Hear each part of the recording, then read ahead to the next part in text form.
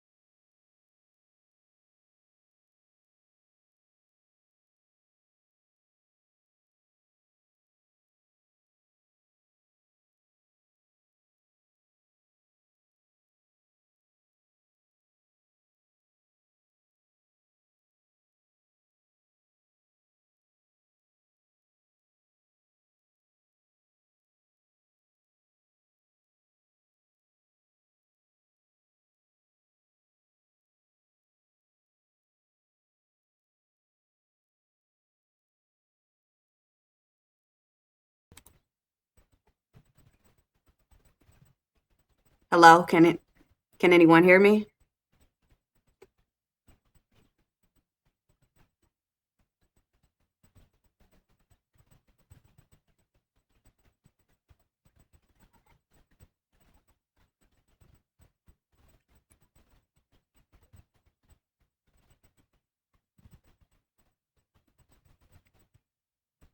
Hey, Carol. Thank you. I'm I have my headphones in and I hear my voice when I talk. Am I supposed to hear my voice when I talk?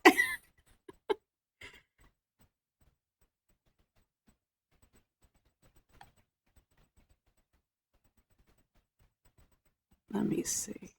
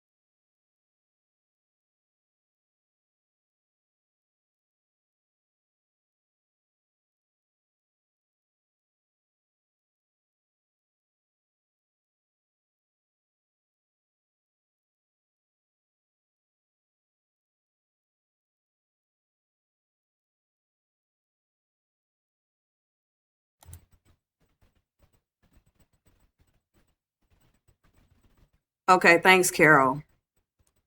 Let me see if I can get this video going.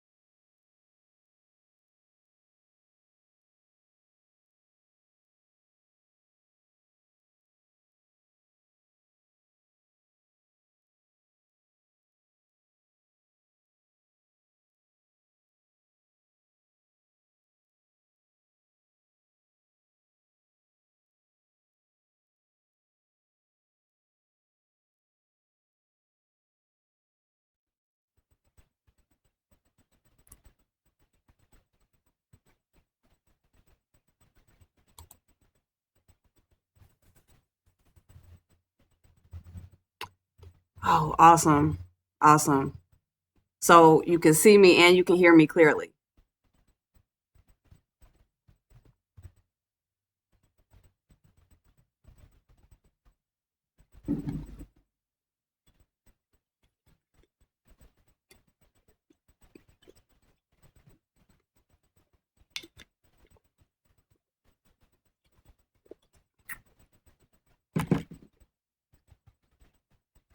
Great.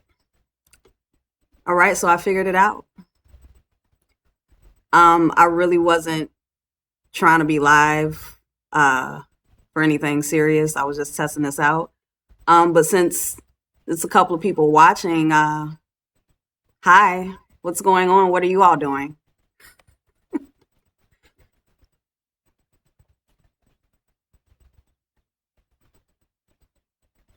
I know there's a delay as well, so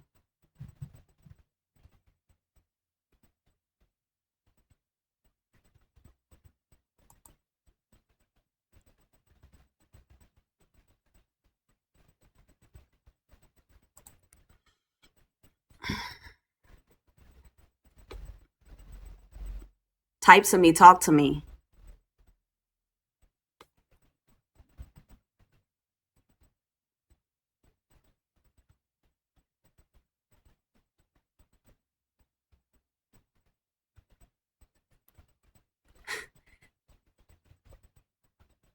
He had lots of attempts to begin with. Wh- Wait, what did he have he had a live stream? Is that what you're referring to? Because I haven't tuned into him in a couple of months.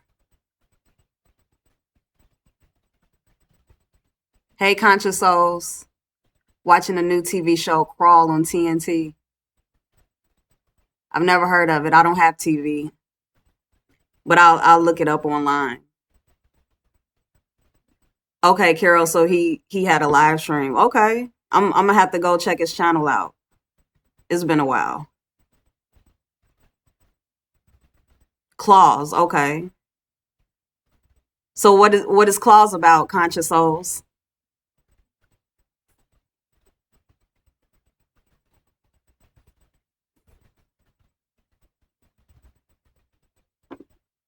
If you feel like sharing.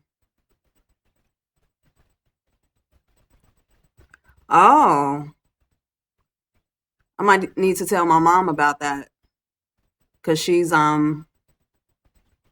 wants to quit, but she's been smoking for so long. It's really difficult for her. But she watches TV, so I'll let her know about that. Might help. So, conscious souls, are you having issues with fighting the temptation for tobacco, or is it something that you're just like watching for fun?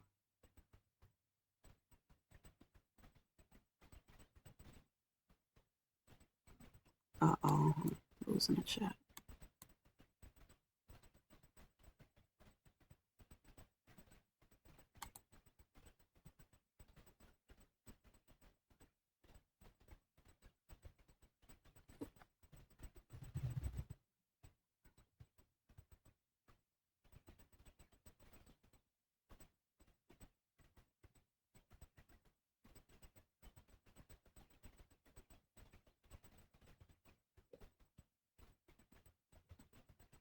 A black female and her nail crew.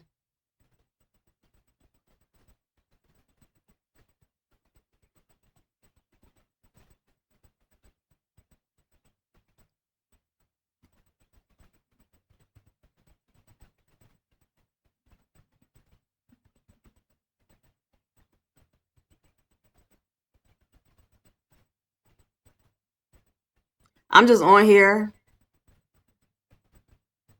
Oh, you say yes. You use a lot of substances, or you used to use a lot of substances.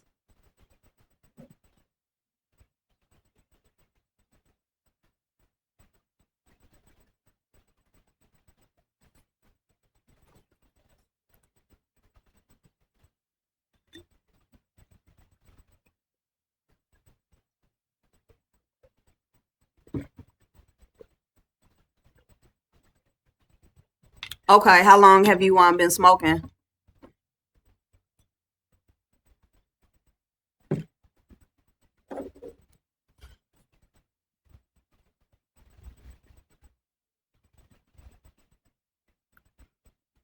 And whoever else is watching, feel free to talk to me. I don't have anything to talk about. I was just testing this out, so I'll be on here for a little bit if you all want me to.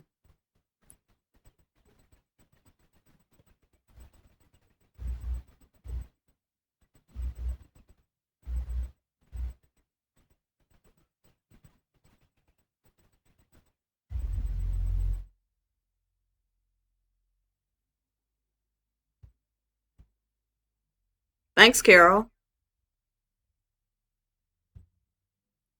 Yeah, recommend it. What's the name of it?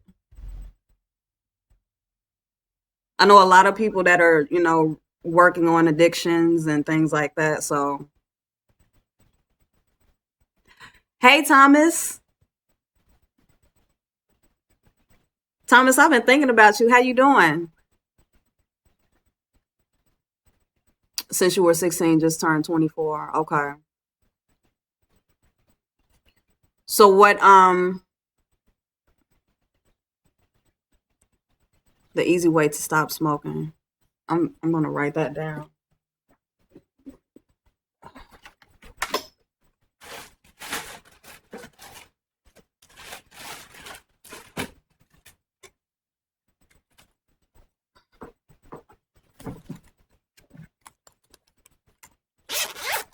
Thomas, I'm doing awesome. A lot has been happening in my life. It's always something unexpected that just makes me grow. How are you doing, Thomas?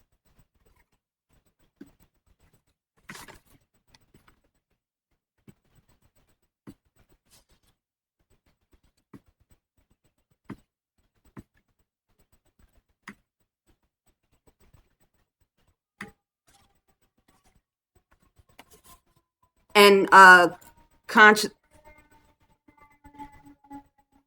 excuse the sirens. Conscious souls, what issues um have you been having when it comes to um I guess moving away from tobacco? Like what do you feel that it's linked to? Is it stress, or did something happen in your life? I don't know if this is too personal, whatever you feel like sharing, but I just naturally ask questions. So, oh, Carol. So, oh wow. Okay. So you're working on stopping as well.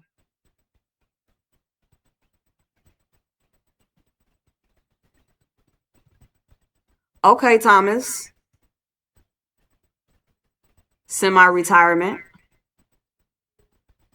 You gotta give me some more about that because I actually just read your last email again the other day, just to refresh on what was going on with you from your last session with me.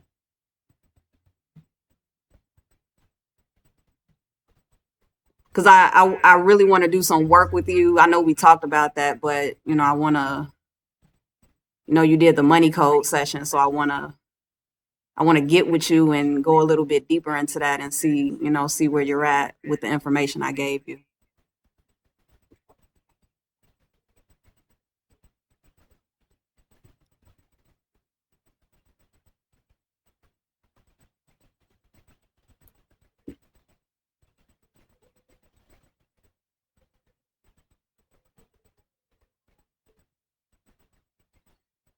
Yeah, stress, grief, abandonment.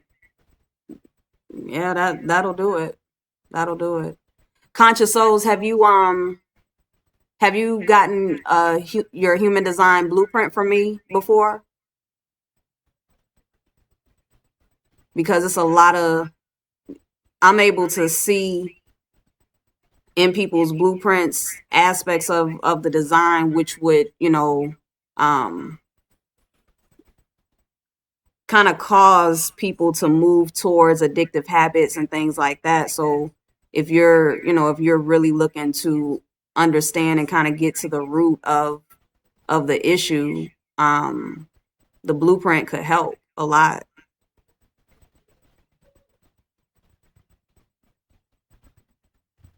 And Carol, same question for you. Did you get a your human design blueprint as well?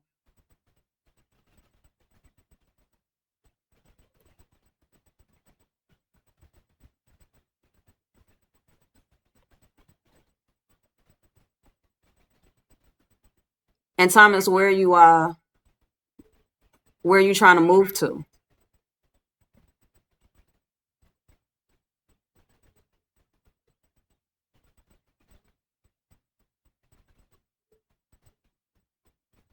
Okay, conscious souls. Well, if you ever want to go deeper into it, um, feel free to get a session with me.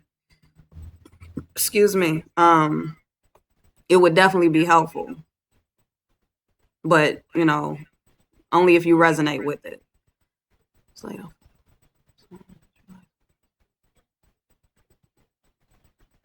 okay, Arizona. Okay. Matter of fact, Thomas, let me look at your design real quick.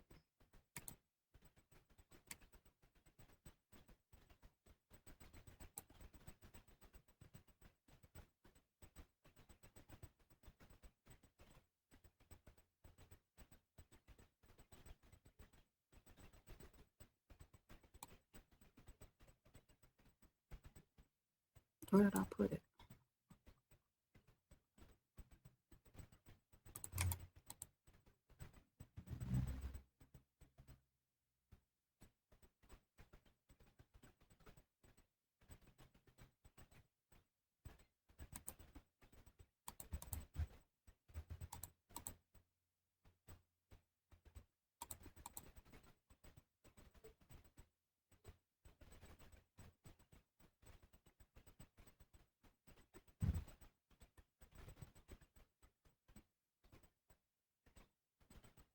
Thomas, did I ever tell you that you're a nocturnal? Because I'm sure I saw it, but I probably forgot. But yeah, that makes a huge difference because you're designed to operate at night while everyone else is asleep. I don't know if I ever told you that. So that means that anything that you would do dealing with business, wow, it would kind of switch things up. But we'll talk about that. Um Carol, you said no, I haven't. Can you tell me more, please? Um, if you go on my website, I'll type it in.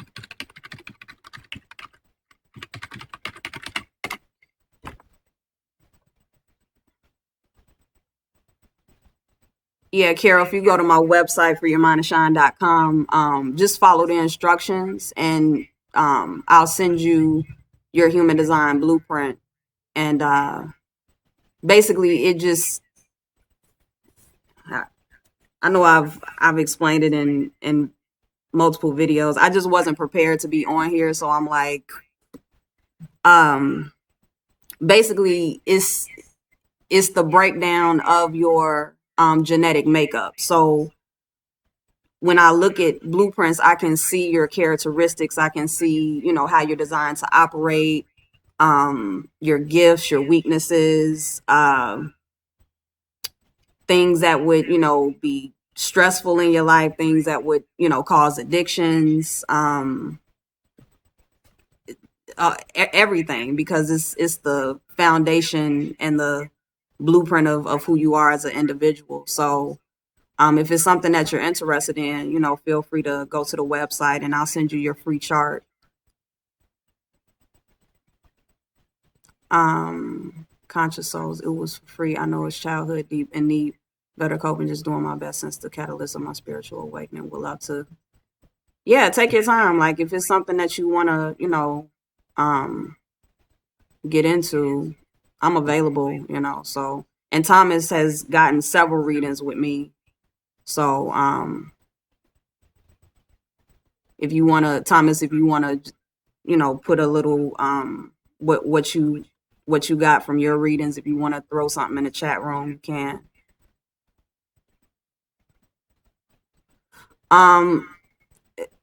As far as what do I have in mind with in regard to future readings with you, Thomas,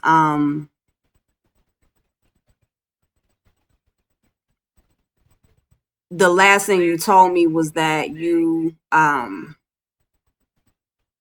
excuse me, I wasn't even like ready for all of this, so I'm working with the energy. Yeah, actually you said that you needed to kind of take some time to really think about where you wanted to go as far as like money wise, because you said the most valuable thing that you got from the reading was that you would need other people to fill in those spaces where you couldn't do certain things by yourself. So I want to work with you on if you have people in your life that would that are in alignment with what you want to do as a business, and you can kind of see them possibly being team members for your business. I want to help you, kind of structure and organize your team, and look at each one's blueprint to let you know, okay, which person would be good for what position and what role everybody would play, so that it's not really any friction or bumping of heads. But if you don't have anybody in mind to work with you, I just would rather work with you one-on-one to see where we can lay the foundation as far as what you want to do in order to make money, on your own. And you getting laid off recently, I guess the universe is kind of pushing you into being an independent, business owner anyway. J Spray Graphics. My name is Asiya. Nice to meet you. Carol, no problem.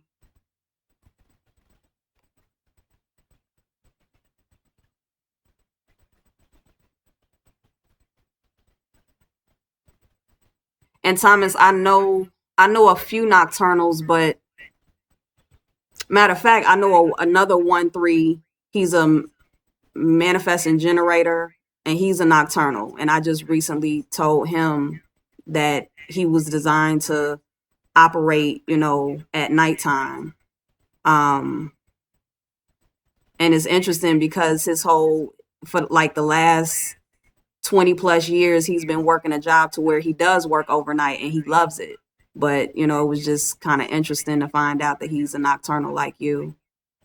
So you all do really well after the sun goes down. But of course, the way, we live in this society it's like jobs are about being 9 to 5, and it throws off the people who are nocturnals. It throws off your whole system. So maybe we can, when we do our next session, we can talk about, because I've never worked with anyone in regards to their business and making money during that particular time of the day or night. But hey, let's experiment with it and see, what we can come up with.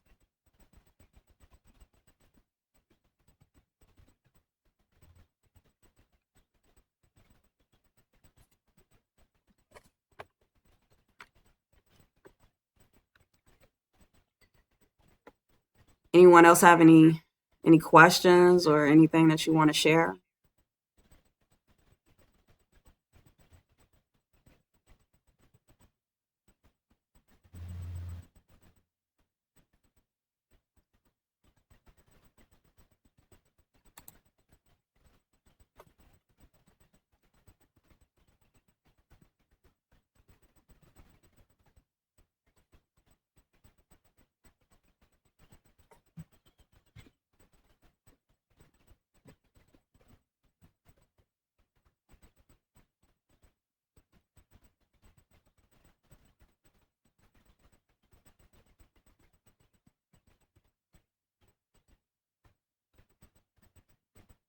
Am I still on?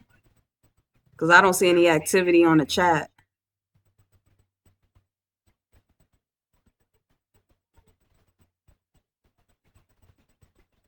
Uh-oh.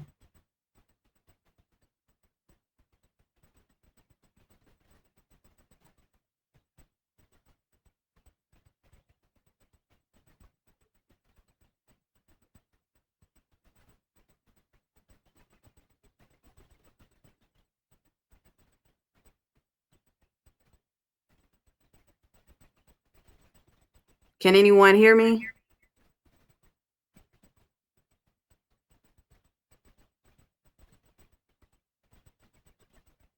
Oh, okay. I didn't know if there was like some type of error. Okay.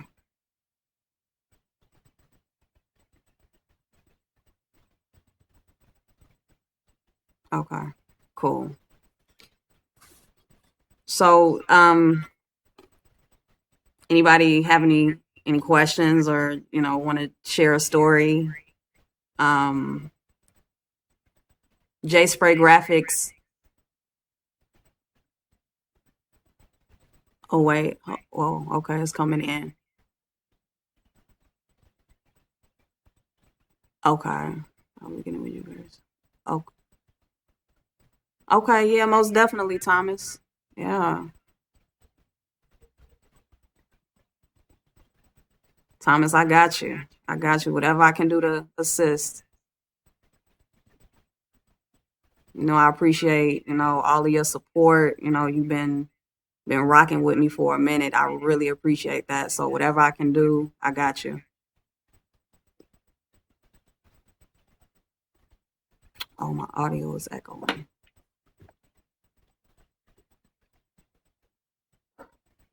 Let me see if I can do something about this audio since it's echoing.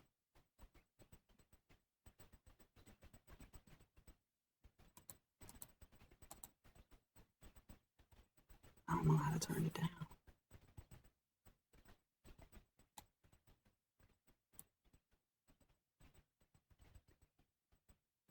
Is this better?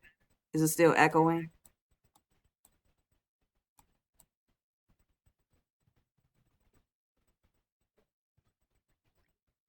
Thank you, Thomas. What's the most important thing I learned from my interviews with HG Tutor? Oh, um,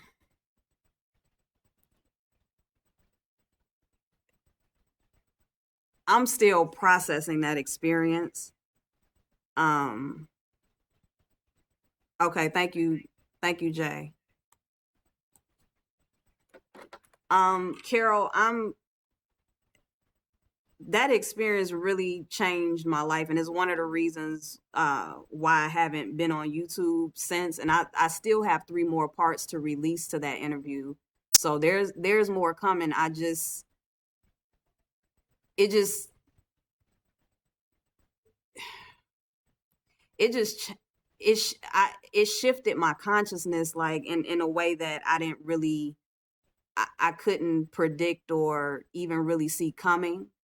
Um, but it made me understand the dualistic nature of this reality that we're in. And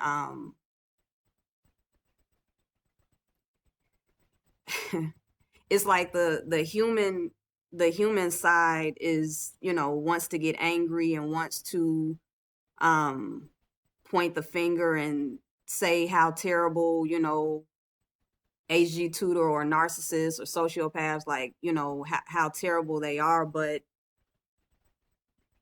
it just made me realize that there's no growth or expansion without the opposite of you.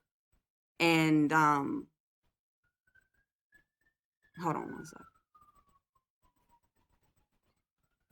Excuse the sirens.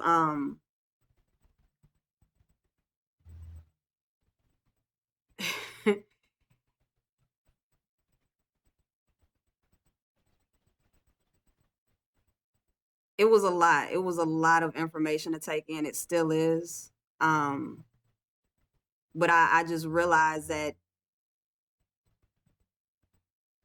despite all of the things that I learned about him, about narcissism, it's like they're here. They're here for a reason. Um, just like the many other categories of people. And I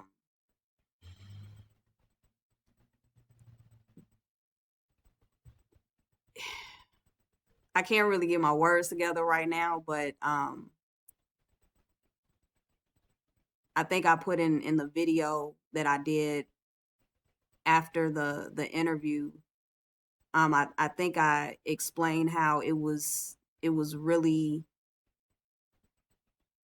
I guess, a humbling experience, but just also the fact that I had such a mind expanding conversation with somebody on that side of the spectrum. Um, and I haven't really had those type of in-depth conversations with people that I know, like people in my life. And it was so much truth in it. It was so much just straight to the point honesty. And it was like I had to respect it. I had to respect that interview. I had to respect everything about the experience, as opposed to like being upset about it. It was a lot of disturbing things that I learned, but I realized that it's better to understand from an open mind than to just be judgmental and be a victim of it. So I was just overall grateful for the experience, because I know it's helping a lot of people. Just me wanting to understand the narcissism that I experienced through my father. Um, that pushed me to even connect with HG Tutor and you know pry open his brain and get clarity, get understanding, and then be able to deliver that to thousands of people, because the videos are getting a lot of views. So I'm just glad to know that it's helping people.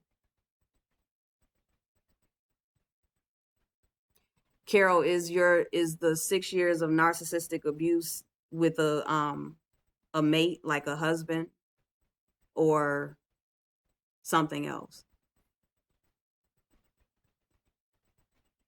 And what was your experiences, and what helped you to recognize that you were in a abusive situation?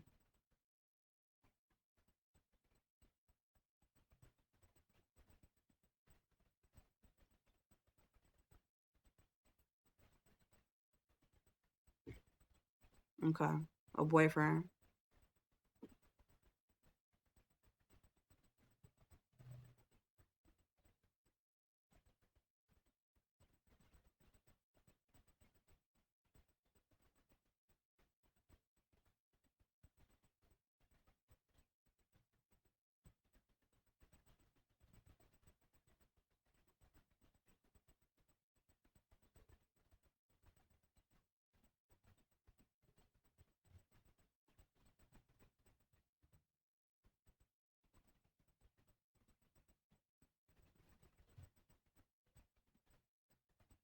Okay.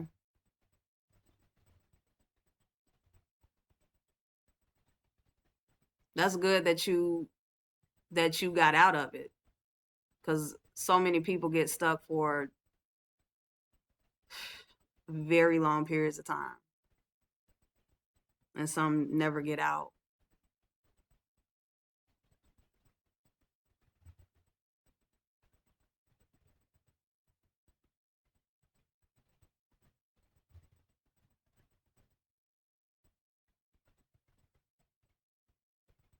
Were you able to? Yeah, Erica. Yeah, yeah. It does. It definitely does.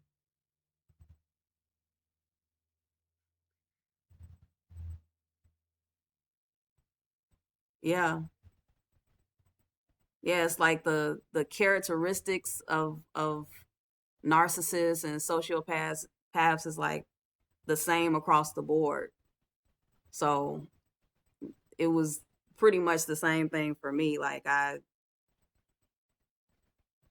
yeah, yeah. Carol, did you categorize yourself as far as like let's see, oh man, like super empaths, codependents. Like he created so many categories to like break down, the spectrum. You swung from belief to denial. Yeah, yeah, yeah. That's yeah. Because it's like your mind is trying to the time that you've been entangled in a situation, and then like getting hit with that awareness, it's like your mind is trying to process. So it's like your mind is looking at everything over time, and it's like you can't help but to swing from belief to denial. Yeah, I know.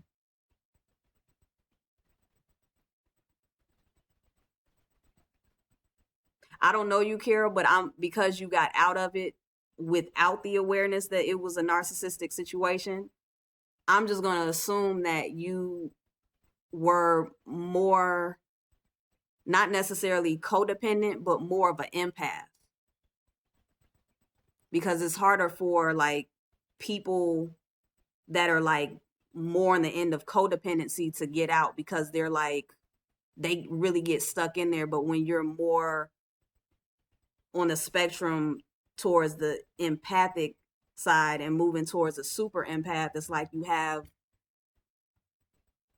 have like more of a ability to get out of it on your own, but you can still get stuck, but maybe not for as long as maybe other people who are more codependent.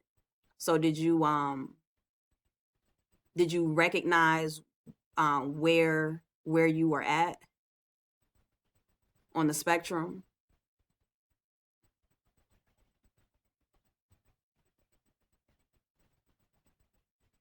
And are you sure that you're not going to go back? That's another thing. because a lot of people they take breaks, but then they end up, yeah.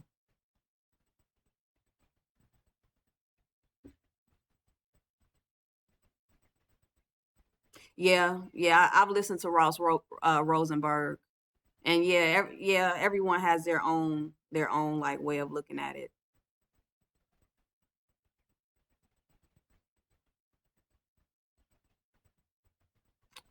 Erica, I've had such bad anxiety since I ended the relationship 4 years ago.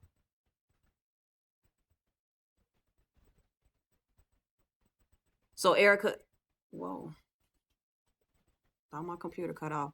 Um,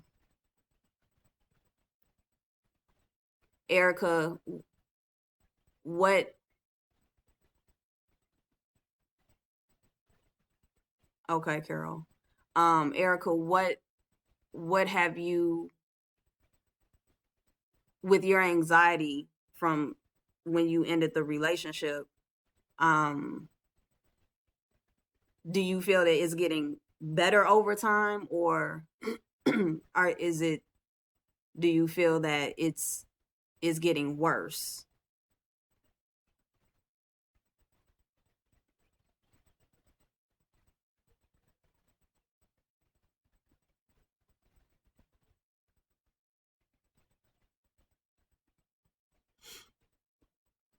And Carol, yeah, you're you're right. You're right about that.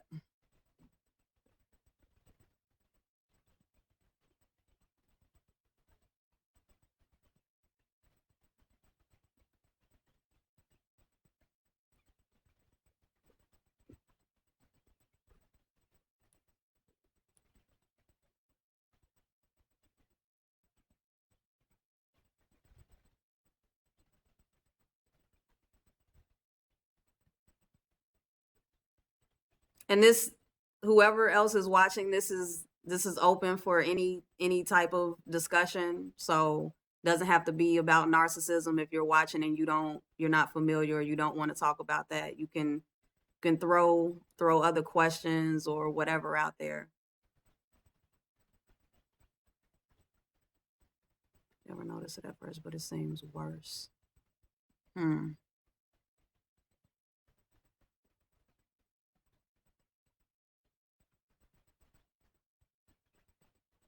Erica, I know I've seen your name before. Did you get a blueprint from me before?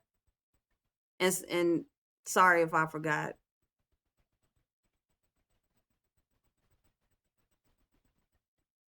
because I don't want to say anything that really doesn't pertain to you as an individual. I don't want to like give you any wrong information.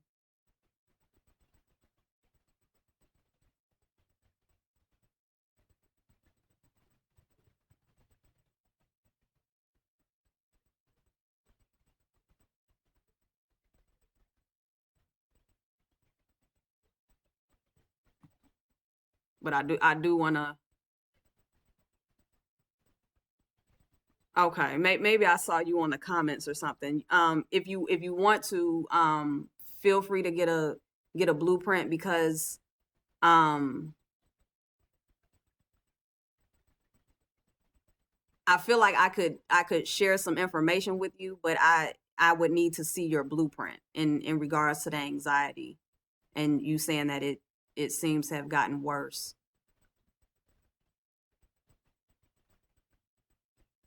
Because what I've learned is that there are just certain people that will be more susceptible to narcissistic abuse than others. So, since you experienced that, and then you're having anxiety after disconnecting from the situation, there are a lot of people that once they disconnect, their lives get better. And then, in your situation, it seems like the disconnection itself is causing some type of decline. Oh, go to my website, freeyourmindtoshine.com, and just follow the instructions, and email me the information, and I'll pull up your blueprint and send it to you.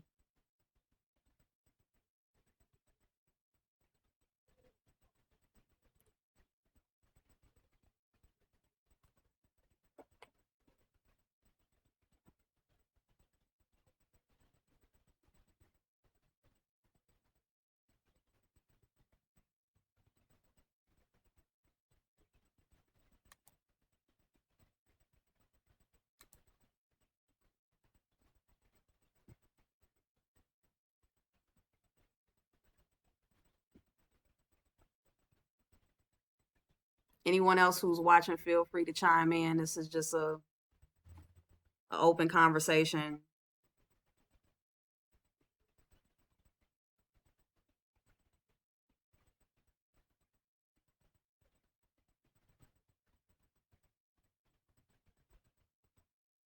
Hey, Christina.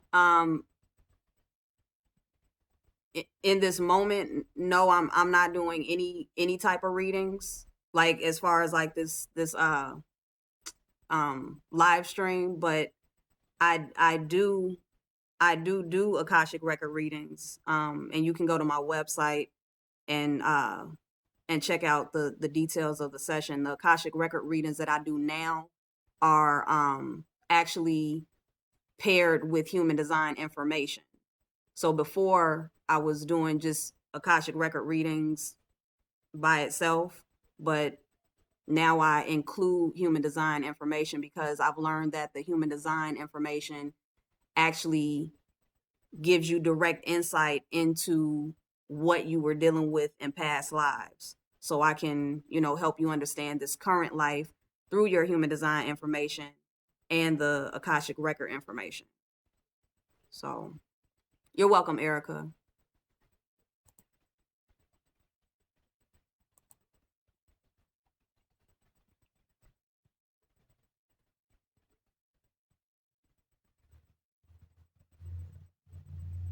So where are you all located? Like what? You're welcome, Christina. Um, where are you all located in the world? What are you all doing? How's life? We can talk about anything. Oh, you're in the UK, Carol. Okay. What time is it over there? It's 9:30 for me, so it should be like the wee hours of the morning for you, huh? Oh wow. You got California, Massachusetts. Wow, that's what's up.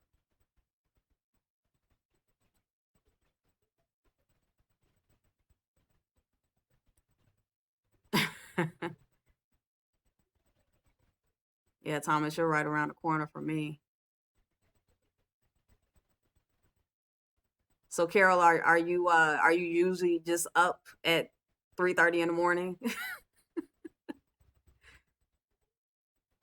You might be a nocturnal too. I'll see when I look at your blueprint.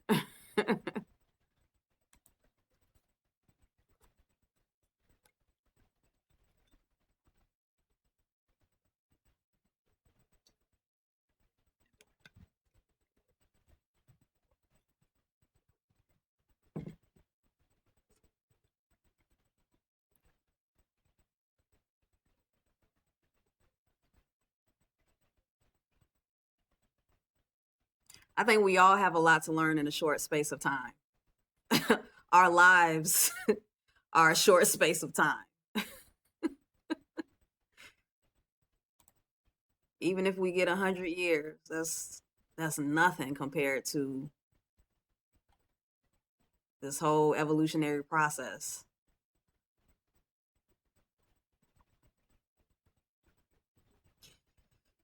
Did I always know that I was on a spiritual path? No. No, I thought I didn't know what I was doing. I just thought that I just wasn't supposed to be here. I felt like an alien for a long time. Like, is this world really for me? Um, yeah, spirit. I didn't know what a spiritual path was. I didn't. I didn't know any of that. I was just living. Like life just takes you and you learn stuff on the way.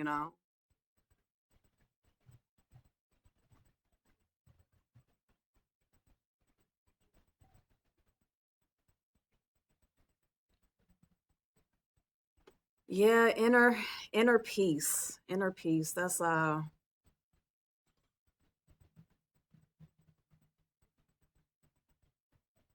wonder if we can ever like get get to a conclusion, like a conclusion type feeling while we're alive, since there's always fluctuations in the energy, and it's changes in every moment.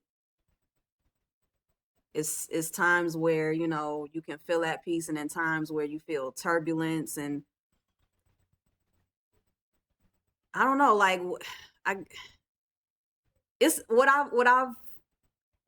what's happening to me is that, like, a lot of the terms that I've used and the ways that I've looked at things, it's like I don't know if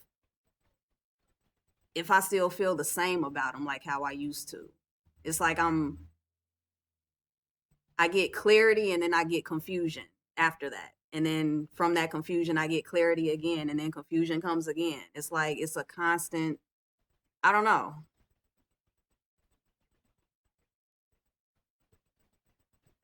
Yeah, Carol, you said you're enjoying the search. I think that's what it's about. Like, it's about, well, for what I've learned for myself is that it's about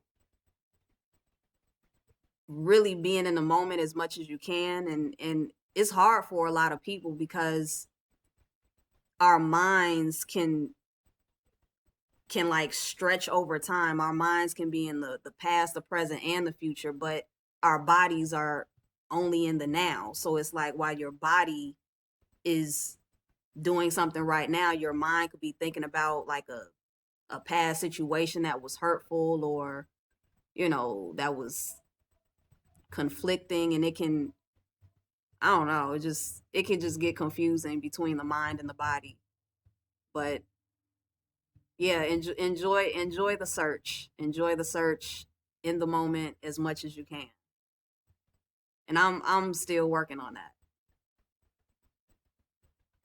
Erica says, "Are you, or do you notice people are becoming highly sensitive to other people's?" Yes. Yes, yes, yes. It's a lot of it's a lot of disconnections taking place. Like, even like with me, like, I'm noticing that people that may have resonated with me before, it's like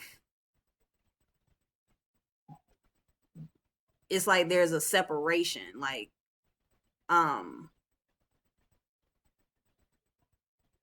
it's like I feel myself moving into some unknown territory, and then it's causing other people to feel uh uncomfortable. And that's always happened, but it's like now you're it's like you're seeing it everywhere on a much larger scale. So I don't know if that makes sense, but yeah,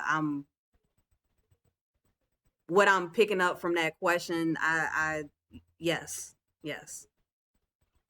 Self-contentment. I guess that looks like patience has been one of the hardest things in my life.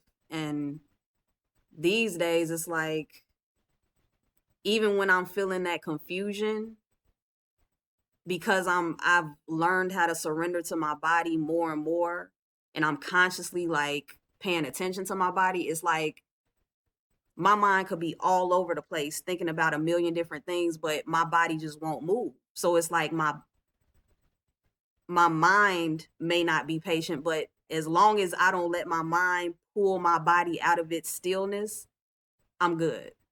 Because I used to let my mind do that all the time, and I would end up wasting my energy and being tired and just not getting anything done, feeling like, I just did a whole bunch of running in circles. Patience, yes. So same here. I started getting into spirituality about 4 years ago.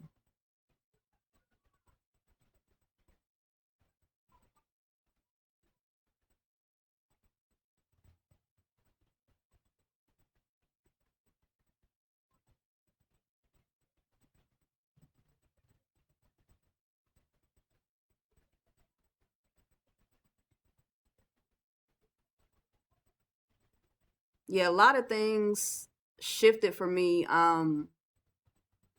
when I right before I turned 28. And I didn't even learn about like your Saturn return and, you know, your completing your first Saturn cycle until after, like way after I turned 28. So when I learned about it and then I reflected back on when things just took a major shift in my life and could I can say that I stepped into, I guess, spirituality. It was right when I hit biological adulthood, which was at that Saturn return.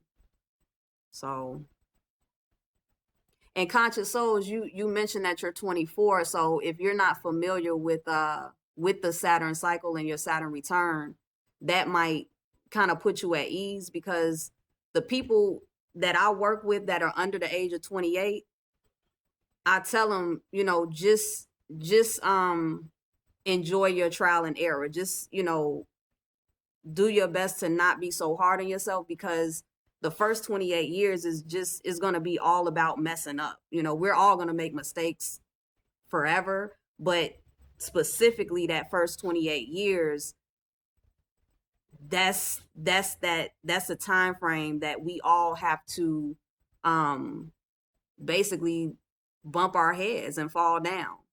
So you may find that, you know, as you reach, you know, the age of 28, the issues that you're having with, you know, the tobacco and all of that, you may find that that just kind of naturally dissolves. So whatever happens, if you're under the age of 28, like whatever happens uh, in this first 28 years, understand that if it's something bad or negative or a huge mistake, it's supposed to happen. Like everything is supposed to happen, but especially if you're under the age of 28. Like I look back at everything that I did before my Saturn return and I was like, man, I was doing some of the dumbest stuff in life, but it was just a relief to understand that, oh, I was supposed to. That was the stage for me to like really do the most horrendous, you know, craziest mistakes in life. Oh, okay. You said you were just looking it up. Okay. Is it hard for you to relate to others due to differences in consciousness levels? It used to be, but now it's actually much easier for me because of human design, because I have this connection to human design and reading these blueprints. It's like I can understand the most opposite person of me. So it's harder for them to relate to me because I'm the weirdo. I don't mind being the weirdo, but I hear stories and I see personalities and differences that before, you know, I would just be like, I can't even like, I can't, I can't connect to that. But now, because I can actually look at the blueprint and see everything that person is dealing with, I just take it in. I take it in as a part of me, you know, and I actually enjoy it. Like I enjoy taking in just different perspectives and different personalities because it helps me to get out of my, I guess, my self-absorbed way of seeing things because we're all looking at things from our own perspective. But I actually feel fuller when I take in other people's perspectives, regardless if I resonate with it or not. It's just the fact that I know that there's a different perspective and I actually understand it because I can read it in the blueprint. That helps me out a lot. But you know, that's you don't really find people that's looking at life and other people from that from using that type of tool.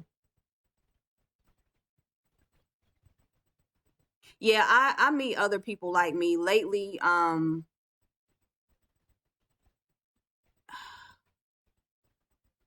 Lately I've been experiencing more separation from people who, when I did meet them, they were like me, but now it's like what's that saying? Like people are in your life for a reason, a season, or a lifetime. It's like I meet people like me, but then there's just the constant change causes some level of separation eventually. And I just embrace it. And I understand that, some people will return, I guess when we get back on that same that same wavelength, or, that's the end of that connection. So yeah, it's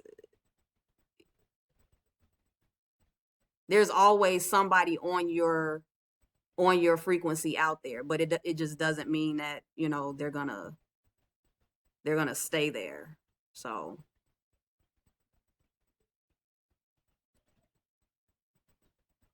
oh yeah, like with the narcissist, like I feel that, I know this may sound weird, but it's, when I look at my life, it's like I needed narcissism to be in my life. Like I really needed that, because it's like you need the opposite. You need the friction to actually grow. If everything is the same, like it just gets boring. If you're just meeting people that are peaceful like you, or happy like you, or whatever, it's like it's hard to grow from that. So it's like, you may have those moments of that inner peace, and feeling good, but at some point the universe has to throw you a curveball, something that, just completely shakes you. And that's why I I did a video about when I helped to deliver the first baby that just kind of randomly came into my life when I lived in Atlanta in 2013. It was like that situation just came into my life. I helped to deliver this baby. So I saw life come into the world. And then last year, I'm sitting at my computer reading some human design information, hear gunshots right behind me outside my window. And then I had to watch a man die, right on my yard. And then just last month, well, in April, the end of April, another baby came into my life, and I just helped to deliver my second baby. So now I'm like, okay, I'm looking at it like, okay, life, death, life. And if something happens to where I have to see another death, I understand that it's a part of that duality. It's a part of that need to, something within me has to have that experience to grow, because this baby that I just helped to deliver, that changed me, just like the first baby did, but this changed me on another level. And now I have to embrace that life is going to bring death, in some type of way. So yeah, I know I kind of went a little bit past the narcissism, but we need that. Yeah. What was it for you that made you get into spirituality, since you didn't know that? When I look back at everything, it wasn't, before I used to look at things like I was making like a decision. Like how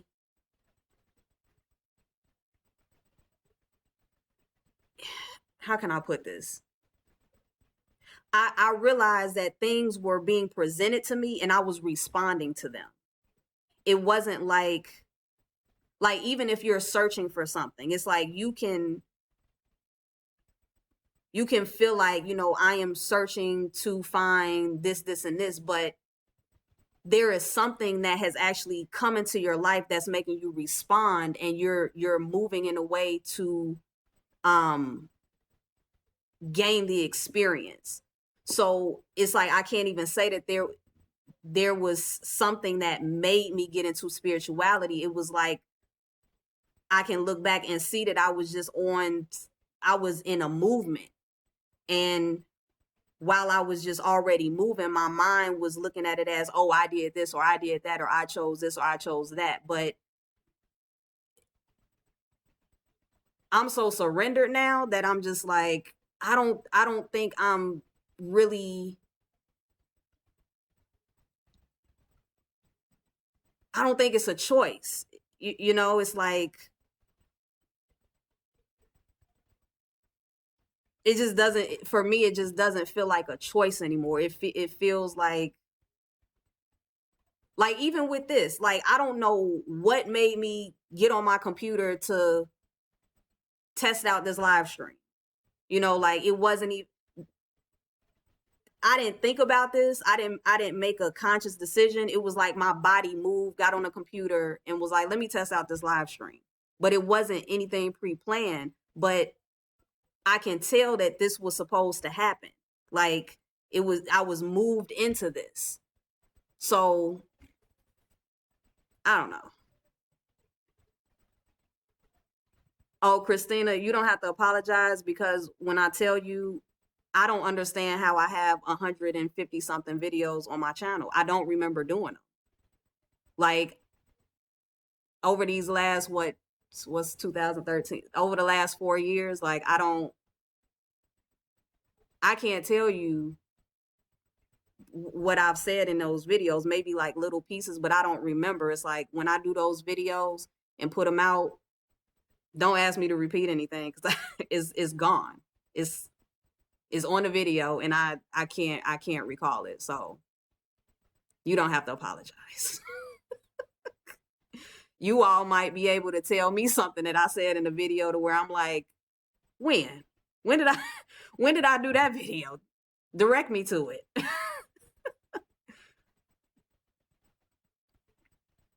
Hey, Divine Love, you said, why can't I stop thinking about my narcissistic sociopath ex-boyfriend? I'm over him, but he's still on my mind and I'm over it. Yeah, I could probably give you more direct information for you through looking at your blueprint, but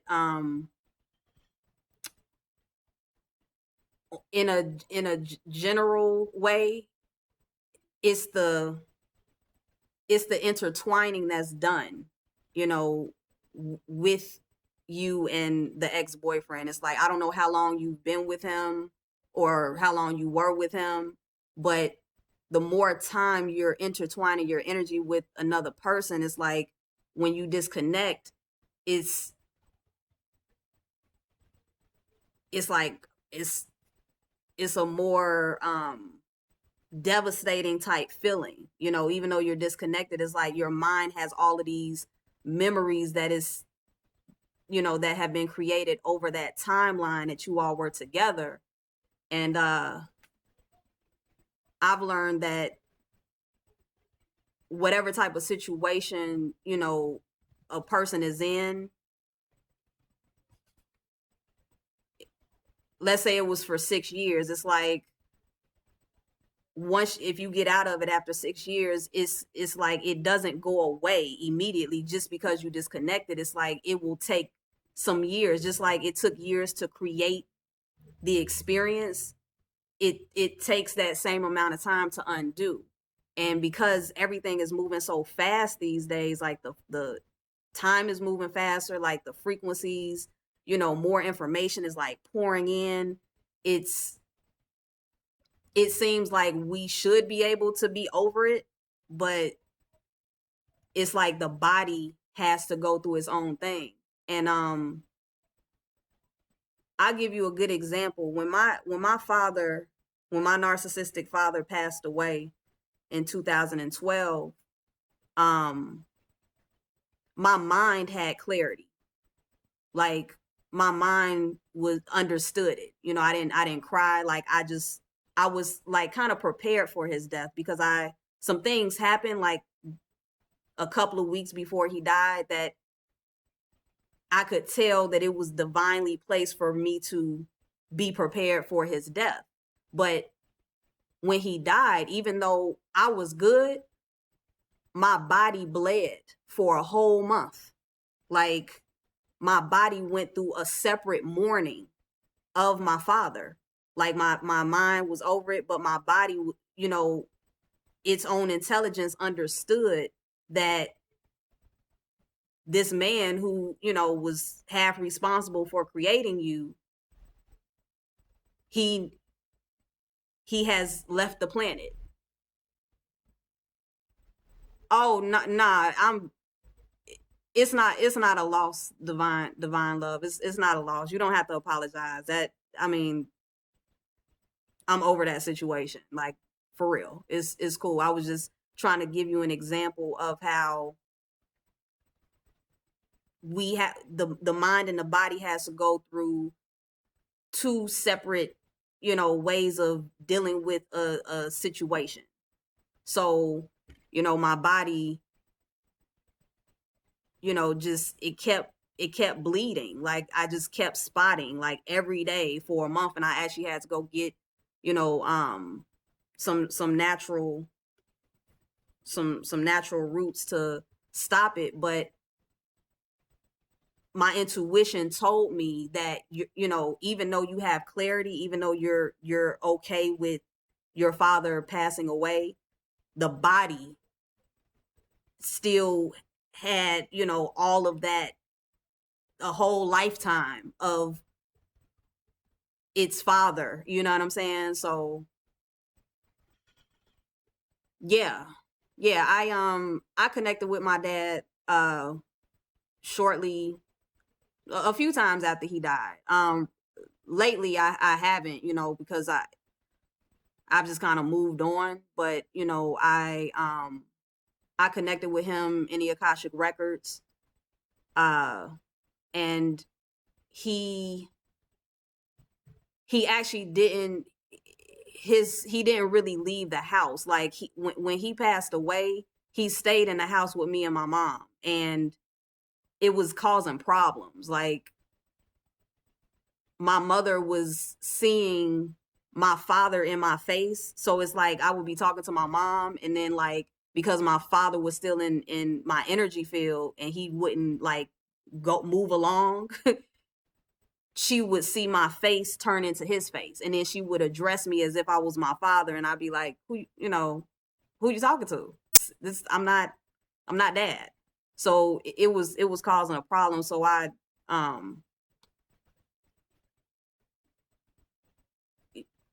we got him to move along so he could continue on with whatever he needs to do in his experience.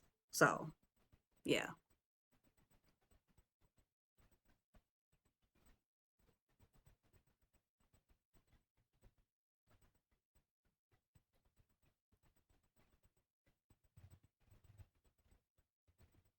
And what's interesting, Christina, you just made me think about something. He did, it's weird, he did apologize. He apologized to me in the spirit realm after he passed away. Like, I guess him being a narcissist in his this last life for him, um, it's clear to me that that was just a part of what he had to experience. And I haven't tapped into him in a while, but whatever he's doing, wherever he's going, I guess, I don't know, but I guess he's moving along to where he was able to recognize that he put me and my mom through a lot. And to get an apology from him was very interesting. So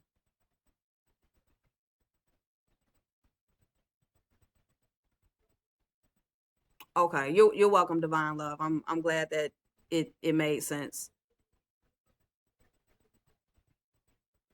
Yeah, time, like, in like getting into spirituality, and when we start meditating and learning how to, maybe astral project or, do different things outside of the body, we forget that the body is still on time. Like there are certain things that physically we won't be able to do until a certain amount of time goes by. Just like as babies, like we won't be able to walk until a year or however long it takes. A certain amount of time has to pass. And even like how I was talking about the Saturn cycle, is certain things that consciously I wouldn't have, consciously and physically I wouldn't have been able to do until I completed my Saturn cycle. So I think a lot of us are so eager to get out there that we never fully understand that we have to honor that our bodies are on a timer, and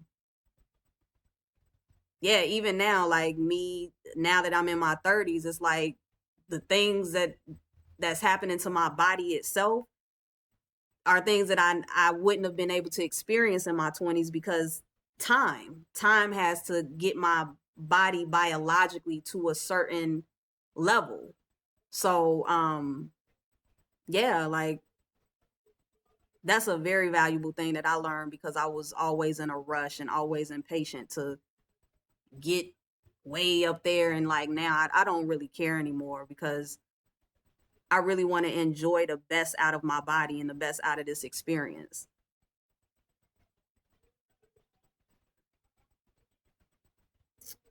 Christina, you said, I'm sure the apology was relieving for you. Yeah, yeah, it was in its own way. It's been so long since I even like really thought about all of this, so I'm like I'm going back to how I was feeling then. But yeah, yeah, you're right. Has my diet changed at all since I've gotten into spirituality? Yeah. Yeah.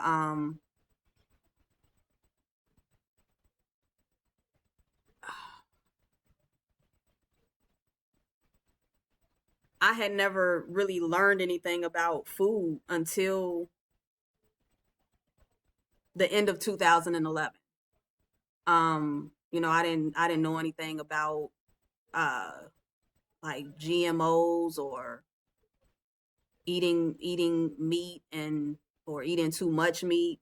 I didn't know anything about that. So I started learning about I think I watched like Forks Over Knives and a bunch of other stuff that just, kind of lifted that veil for me.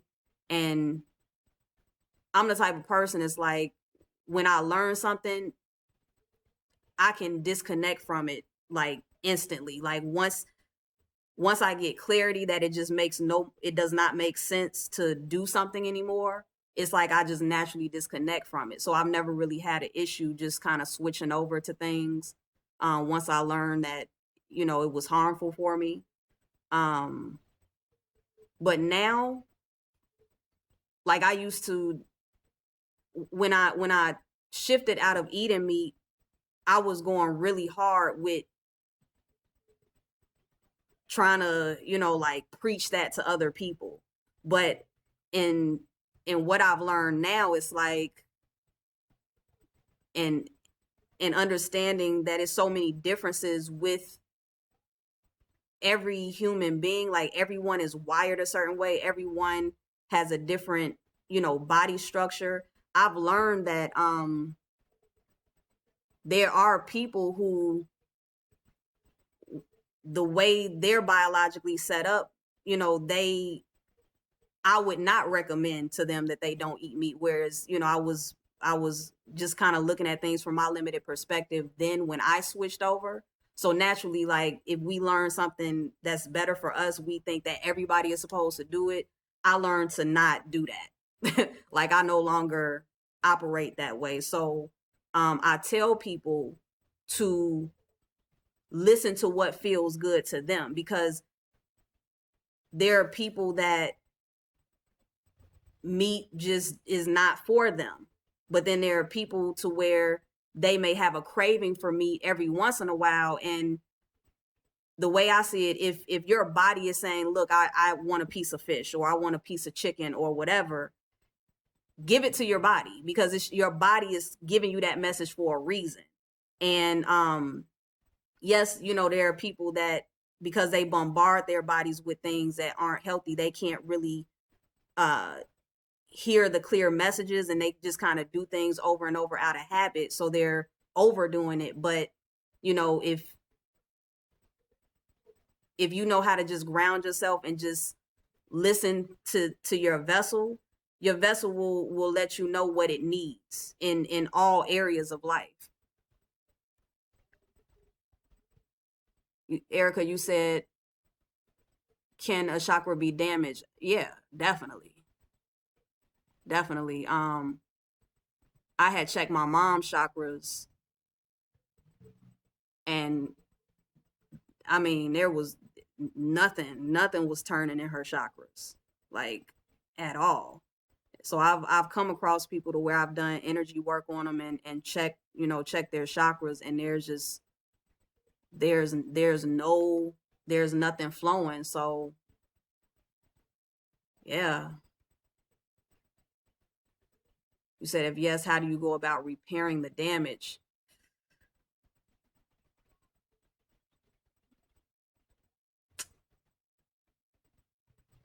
I don't think I have an answer for that, because once again, like, my perspective is different now. I don't just look at things one way anymore. So it would kind of depend on the person and their level of awareness and what they're willing to do. Like, you can have two people that have really damaged chakras, but one person, may need certain types of help, and the other person needs a completely different type of help. So I would have to, if it's in relation to you, Erica, I would rather talk to you one-on-one about that than just giving you general information.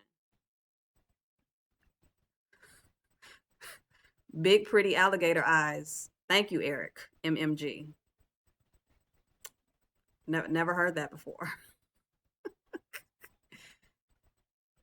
Christina says, me too. I disconnect from things real easy once I learn it is harmful. I was trying to preach health and diet hard too. Yeah, yeah. You gotta let people do things on their own time, and because we're all on different cycles.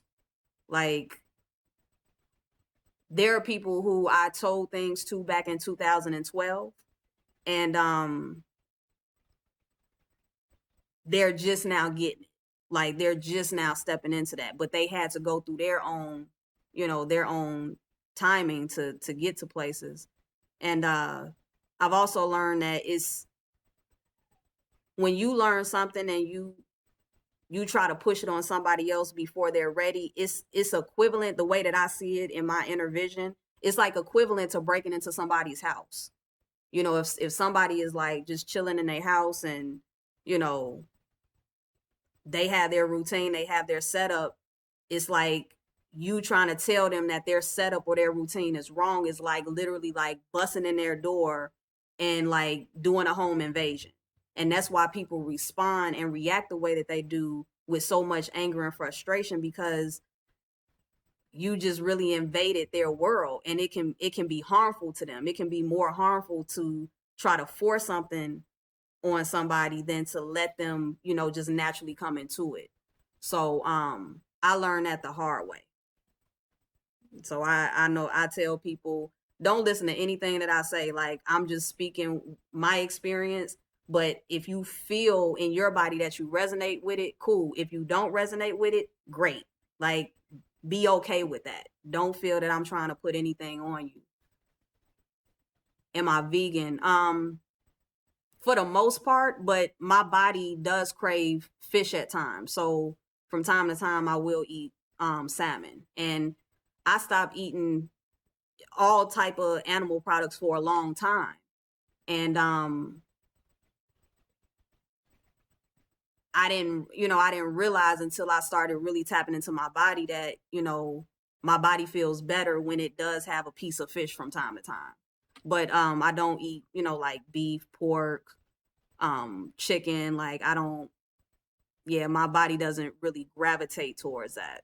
So, but salmon, yeah, but not like not shrimp. Before I switched over, I used to eat, shrimp and um crab legs, all of that. But um, nah, my body is good on that. Antoine Watson. All right. Thank you. I'm assuming you're talking about the home invasion part. Carol, you said, what is your opinion on sound baths?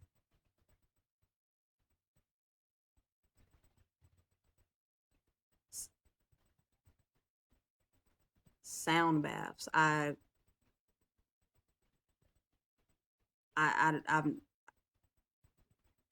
thinking two things. I'm thinking salt baths and sound bowls. But sound baths, I don't know what those are. If that's what you were trying to ask me. Can you tell me about sound baths though? I'm interested in knowing.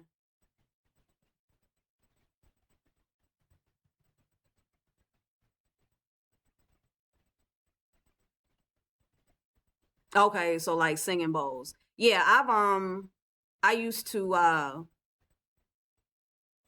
get the sound bowl, the singing bowl experience on a regular basis. Um from what I remember, it was cool. It wasn't anything that I can't say that it like shifted my life in a major way, but in being in the room where the singing bowls were going, like you can feel it. But for me, it wasn't anything that it wasn't a major thing for me. But for other people, I know other people who, I mean, that's something that really helps them. So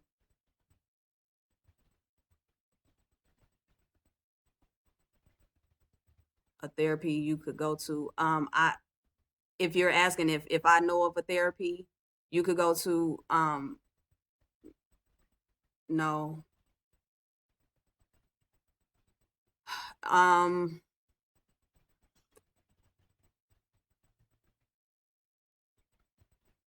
I don't use crystals or stones anymore. I have some cute crystal earrings that I wear, but and I have my organite piece that I usually have on in my videos, but I don't use them. I don't use them anymore.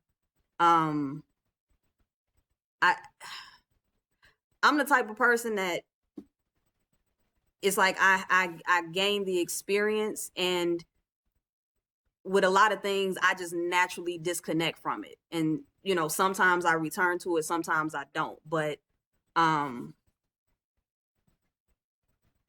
I don't knock anything, like the singing bowls, the crystals, the stones. Like I don't knock any of it, because I know people who, I mean, crystals and stones is their thing. Like I know a lady who actually lives on a she lives in a, I forgot the name of it, but she lives where there it's like a crystal mountain, and it's like all types of crystals on this mountain, and she lives there. That's her thing. So if you if you gravitate towards whatever it is that you're interested in, I always recommend that you get the experience, and the experience will let you know if it's for you or not. But try it. Like if it's something that you want to do, try it out, and see what it does for you. Till Swine, yes, I'm familiar with her. Oh yeah, yeah. I watched a few of her videos a few years ago. Her and Infinite Waters.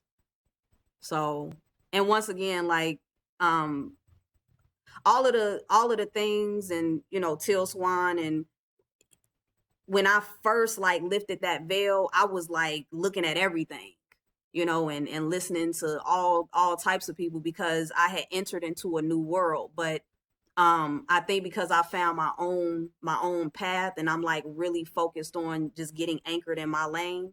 um when you do that, a lot of other things just kind of naturally fall out of your life. But I have respect for it all, because like how you said that Till Swan has helped you out. Like you need her, and a lot of other people need her. Me personally, I respect her, and I've listened to some really awesome videos that she's done. It's just that my body is no longer gravitating towards her.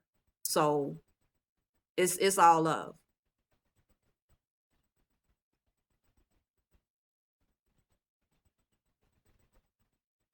Is human design and numerology connected? Um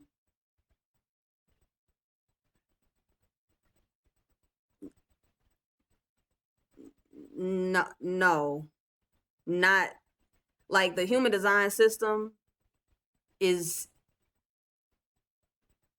is basically a collaboration of other systems, but numerology is not a part of that. So, but numerology is another system that I have found truth in it. And once again, it's one of those things. If that's something that that works for you, use it, utilize it. It's so much out here. Like it's just tons of information, tons of way to get the answers that you need, to get the clarity that you need, and take advantage of it all. So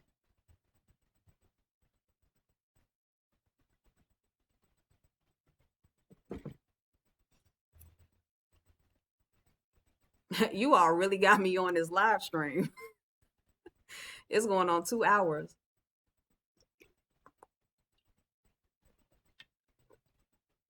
I appreciate the dialogue too, the questions, and you all sharing and being open. This is definitely necessary, because I'm sure some people just sitting back watching, that's taking it in, and getting something from it. So I appreciate you all for keeping this thing going.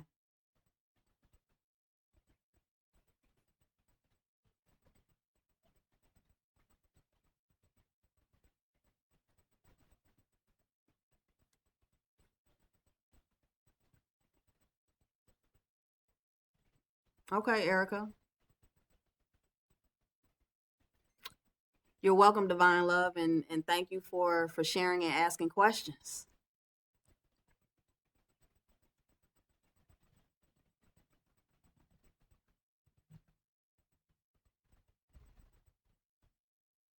So Erica, do you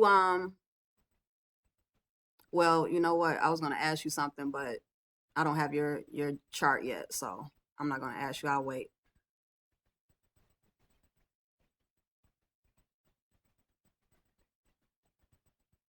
If there's someone whose chart I do have, or that I can pull up real quick, you can ask me one question. Khadijah, oh my goodness, I love you too. Where have you been? Oh, I'm so happy to see you on here. All right, so I will answer one question for someone. Yes, I know you, Khadijah. I know it's you. Um, I'll answer one question for somebody from their human design blueprint.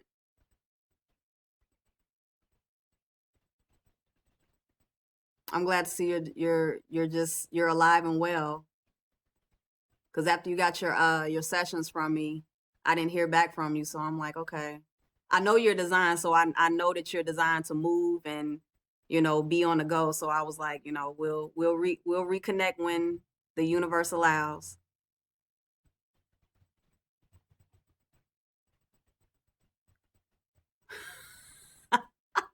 Will you have twins? Do I have your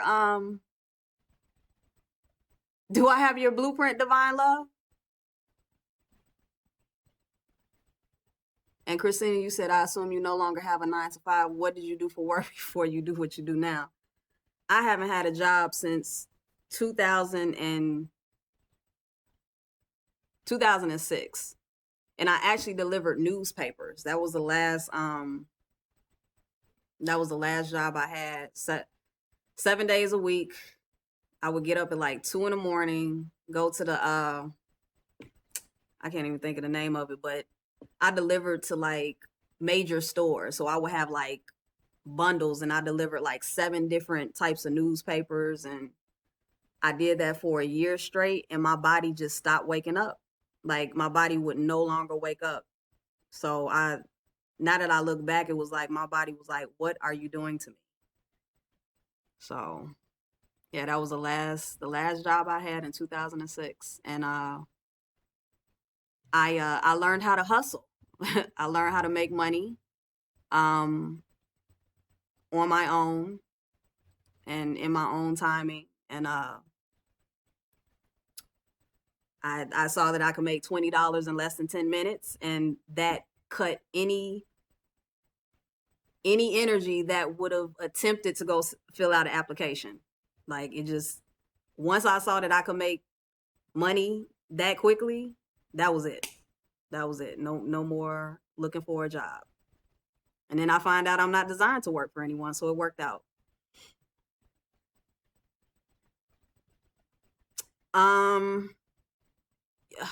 Okay, your human design blueprint is like let me put it like this.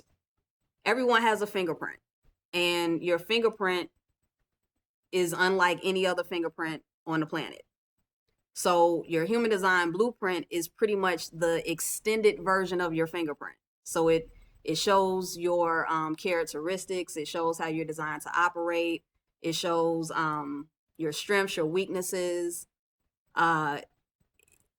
Anything that you can think of is in that blueprint. So I give out free charts, and you can go to my website and follow the instructions, and I'll send you your free chart.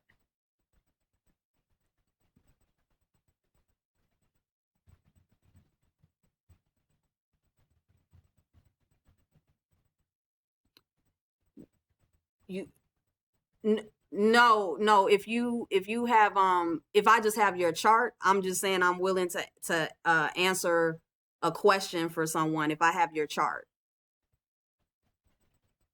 It's freeyourmindandshine.com. I'll type it in. Spelled that wrong. Christina, I forget stuff and get confused. Do I have your blueprint, Christina? Because I can pull it up real quick if I do, and you can just ask me a question. Since y'all got me on here.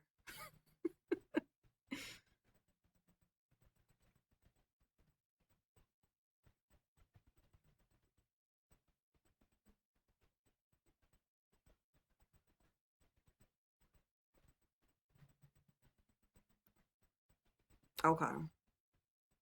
Carol, did you send over your information?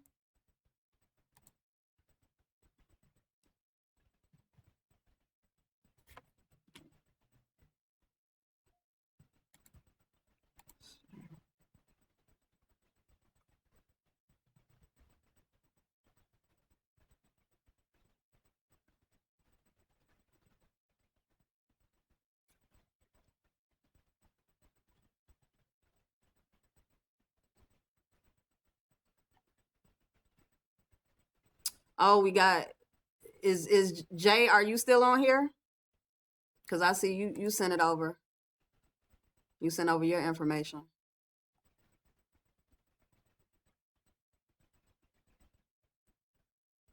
J Spray Graphics.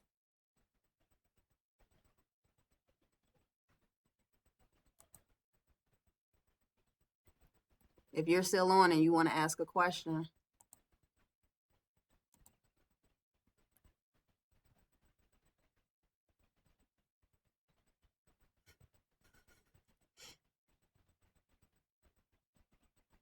Oh, okay. Got you, Christina.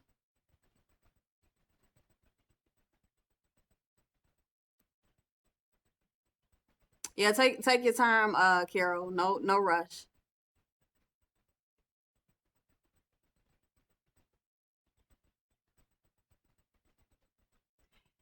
Erica, I mean, you can. All I need is your date of birth, time of birth, and location of birth. If you want to send that over real quick, it takes a minute for me to pull it up. So right now it's whoever's first. Whoever's first with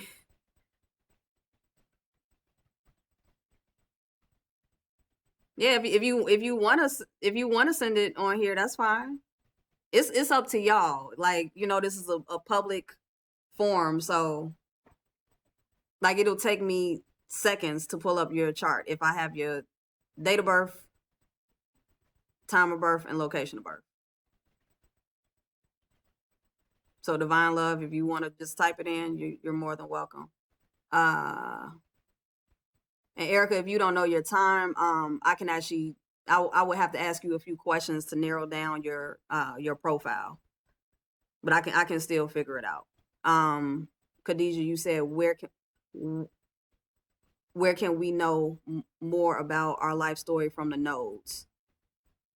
Um, where can we know more about the life story from the nodes?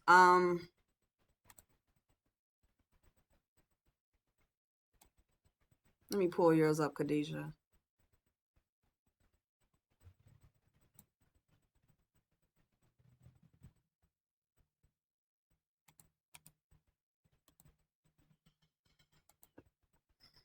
Okay.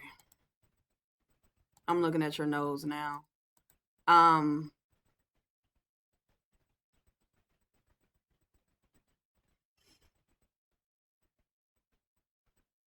mm,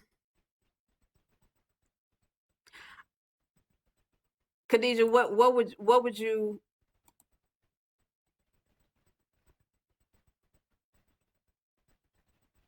Khadijah, can you reword your question as far as like what you want me to do you want me to talk about your notes on here like uh because I know it's a bit of a language barrier. Um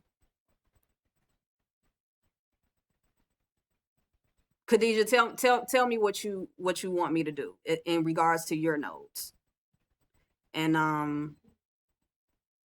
as Raya, yes, you can go to you can go to my website freeyourmindandshine.com and type in your email me your date of birth, time of birth, and location of birth, and I'll send it to you over email. So anything done on here, I won't be able to send you all your blueprint. I will have to get your email first and then respond to you with the blueprint in the email. So the divine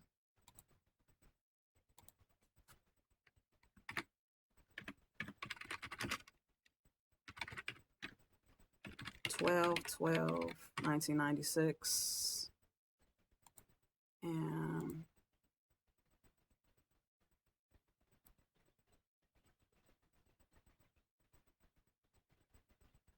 what's Silver Spring?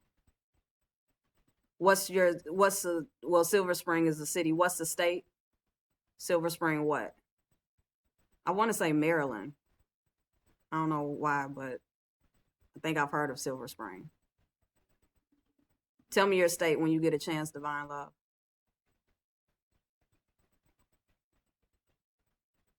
And Khadijah, I know you got to take your time with typing. Oh, it is Maryland. Okay, but Khadijah, just let me know. Let me know what you're asking.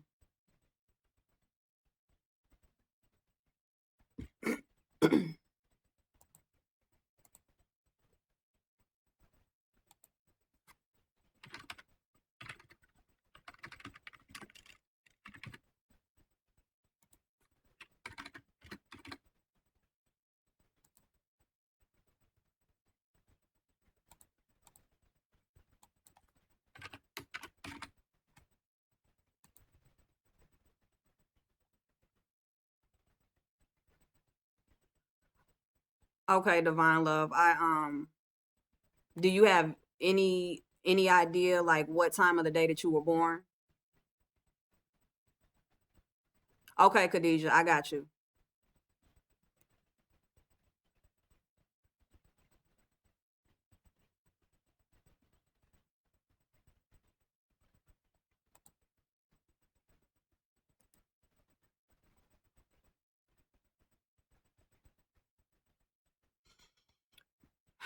Okay, Khadijah, you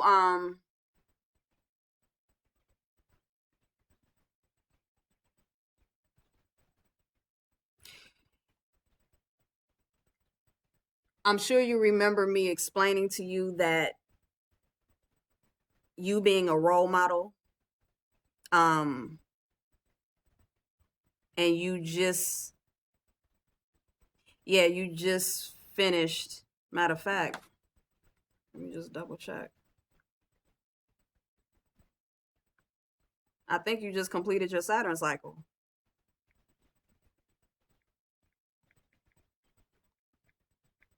Yep. So you just got out of your trial and error phase.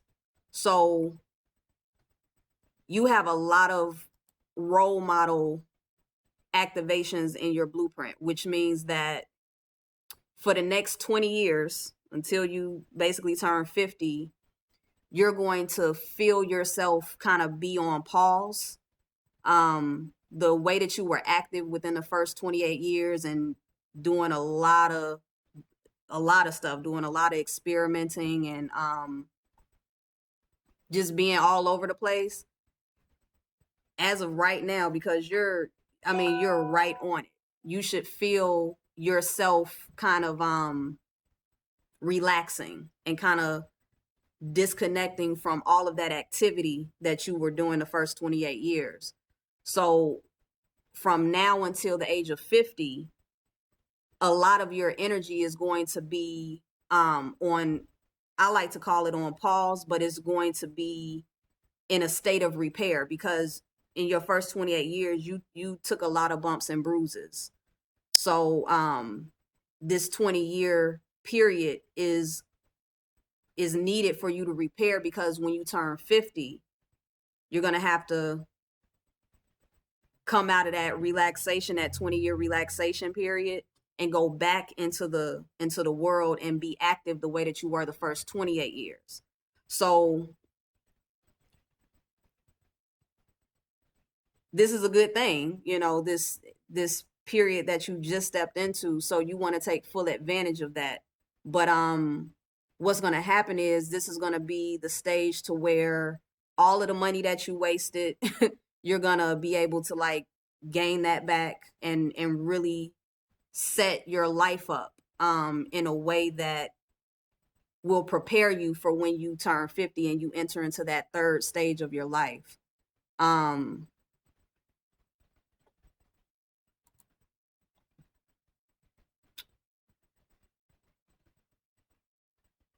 Khadijah, are you recording this?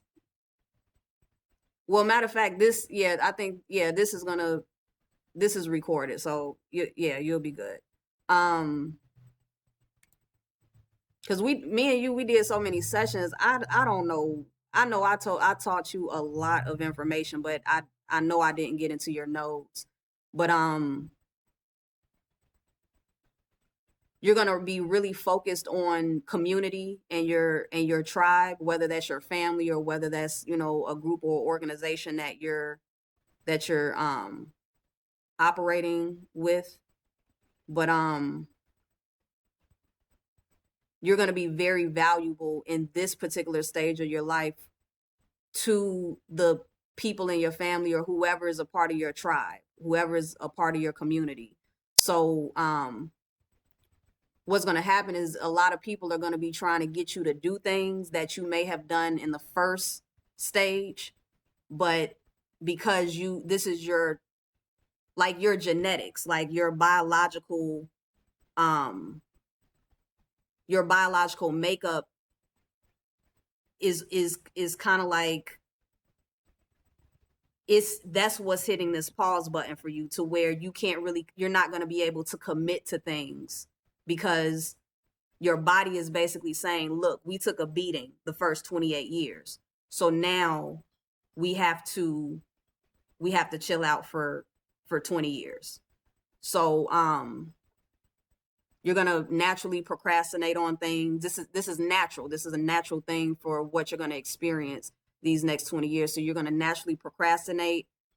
People are going to want you to commit, and it's going to be very difficult for you to do that, because your body is saying, no, like, I need to be about this repair so that I can be ready for when I turn 50 and I step back into all of the madness of the earth realm.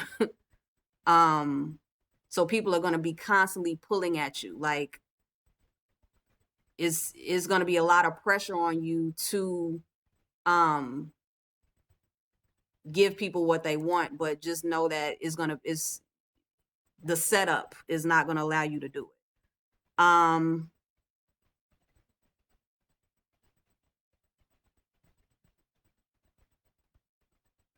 Daphne,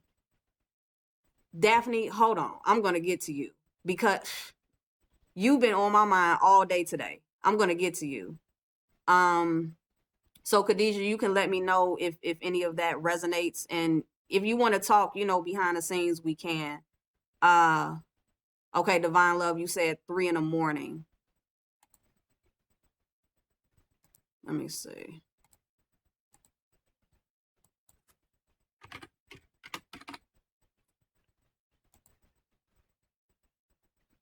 Okay, I had a feeling that you were this profile. I don't know why. I guess I just tapped into it. But the reason, oh yeah, you got some time before you finish your Saturn cycle. So Divine Love, one of the biggest things that you need to know, and this is directly connected to what you spoke about with your ex-boyfriend. Don't be nervous. Don't be nervous. This is good info. But when you brought up your ex-boyfriend, like, it's weird. I kind of saw your profile number in my mind. It's like I felt that you were this profile. So now that I'm getting the confirmation, it's kind of crazy. But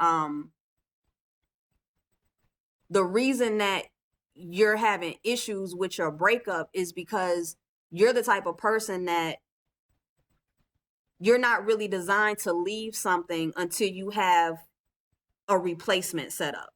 So if I was to do a full design for you, like a full human design session for you, I would tell you, if you're in a job, if you're in a relationship, if you're in anything that is your foundation, if you're in a house, whatever is your foundation, don't leave it until you have a replacement set up. So what I'm assuming is that this situation with you and your ex-boyfriend, you broke up with him without having a replacement, or however you all disconnected, it happened before you had a replacement. And that is a big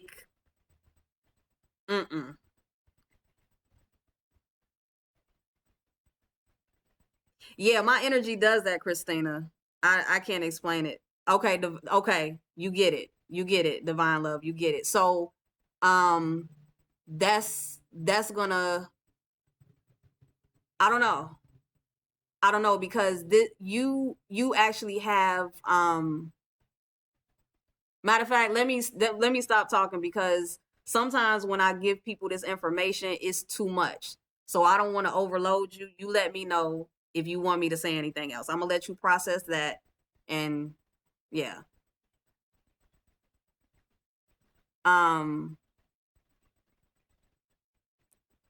Daphne, yo, like, I was like, is she okay? What is going on? Where's Daphne? I didn't hear back from you, because I sent you a voice memo like a few days ago. So I'm just glad to see that you're like, you're alive. Cause I'm like, yo, Daphne, what's going on? Is she like vacationing somewhere? Did she make it to Egypt? Like, I'm thinking all of this stuff, but I'm like, something was like, don't reach out again, just wait. She'll get to you when it's time. So thank you. Thank you for checking in with me. All right, Christina, 122583. Christina, did you give me your location of birth already?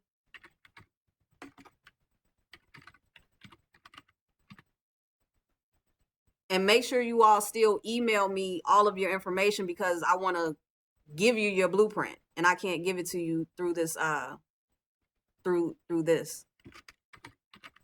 So send all of this information over to the email.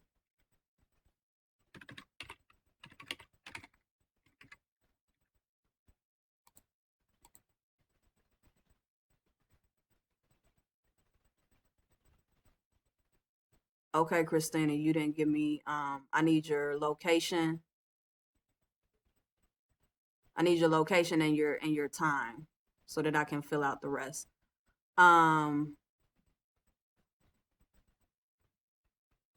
Conscious Souls. Yeah. Anybody, everyone is welcome to get a free blueprint. And if you want to get a full session with me, we would start with a consultation first, so that I can see, where you're at and what your needs are. And then from there, we can set up how we're going to move forward. So yeah, Conscious Souls,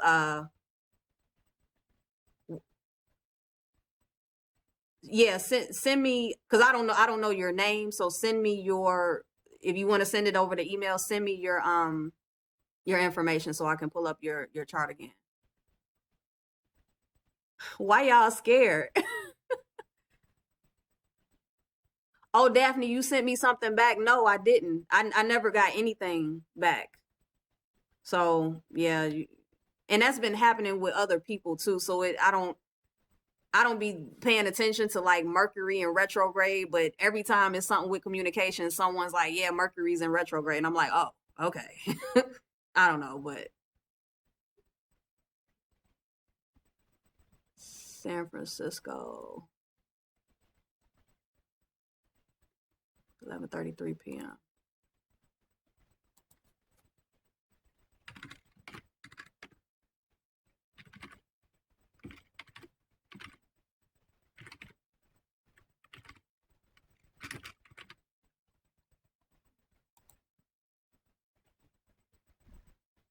Whoa.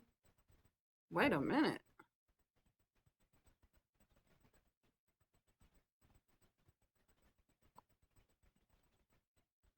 Wait, let me double check. Did I type that in right? Oh no, I didn't. No wonder. So I'm like, nah, I don't even feel right. Okay. Okay. Okay.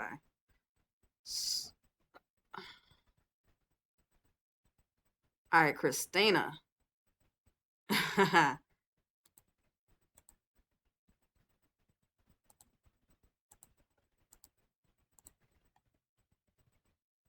let me check.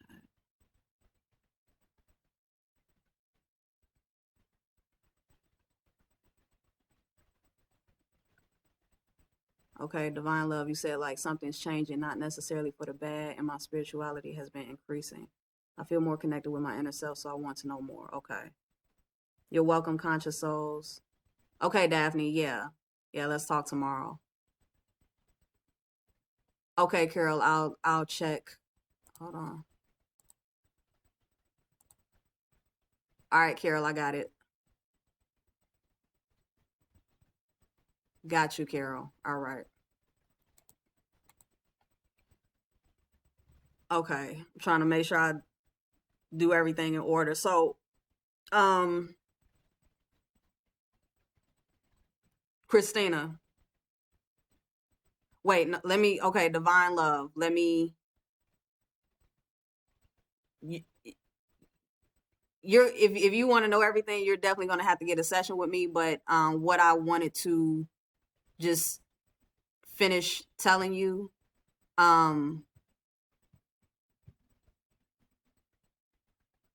is that Hold on one second.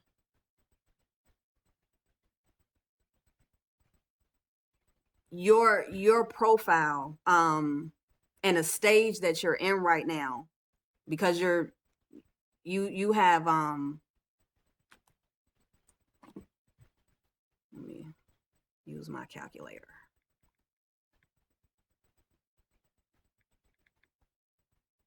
Oh, yeah, you got 7 more years of trial and error. So, yeah, if you can, definitely get a session with me, because it will really help you to minimize the stress of this stage that you're in, so that by the time you turn 28, um, it'll just put you more at ease. So because you got 7 years of learning to do. But your profile is very busy. Is very, very busy. And you're gonna feel like you're all over the place, because you have a lot of openness within your design, and because you're not looking at what I'm looking at, you can only take in what I'm telling you. But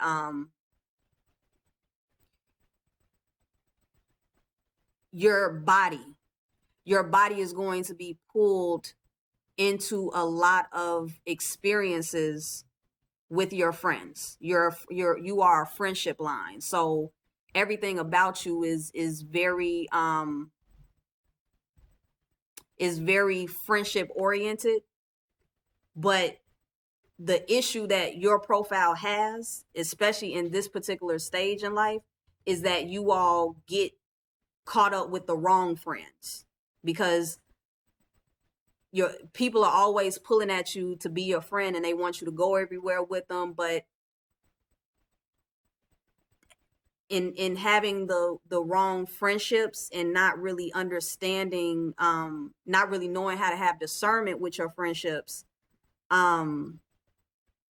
it puts you at risk. You have a profile that gets into a lot of trouble if you're not aware. And most people with this profile have never been aware.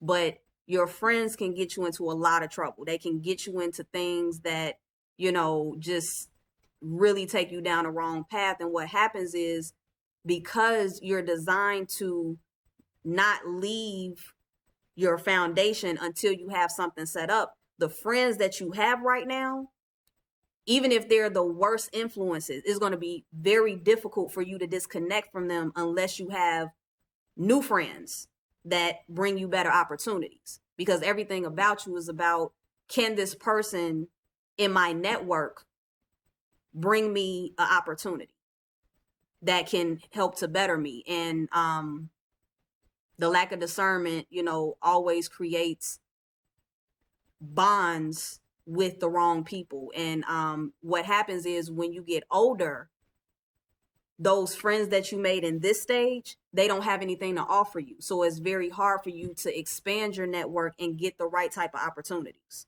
So you're on the go right now. You're on the go. It's probably very difficult for you to get grounded and for you to get focused. And then if you do lose a foundation before having a replacement, it's almost like when Humpty Dumpty sat on the wall and, he fell, and then all of the pieces, he couldn't put them back together again. That's what it feels like for your type of profile, when you lose your foundation and you didn't have something set up to step right into after disconnecting from that. So, Divine Love, you can tell me, your feedback on that. Christina, do you have a question for me? And did I miss somebody? I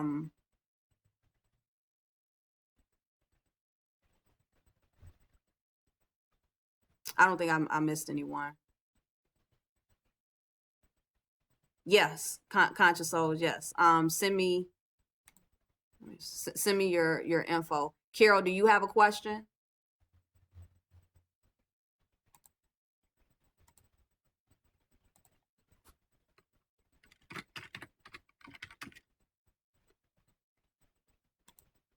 I'm going to pull up yours right now.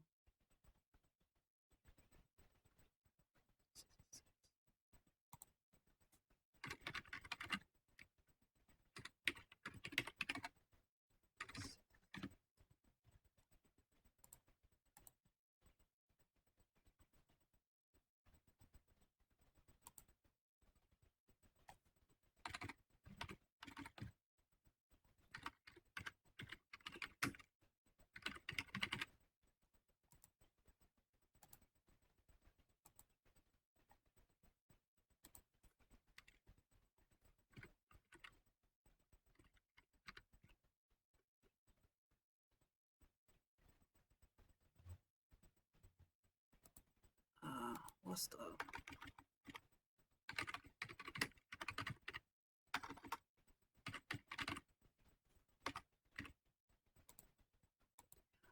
Carol, what is what's another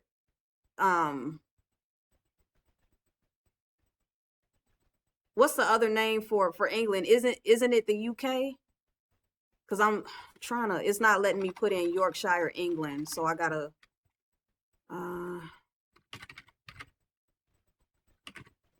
see if I can figure this out.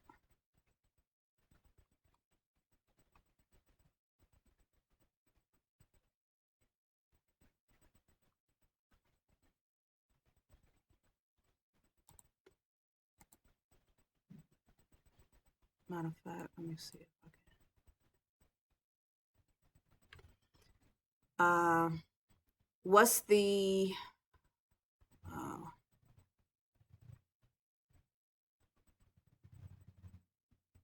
oh, I found it. It's telling me Wombwell, Yorkshire.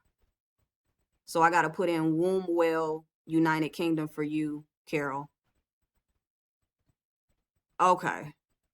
Okay. Okay. Carol. Got you. Got you.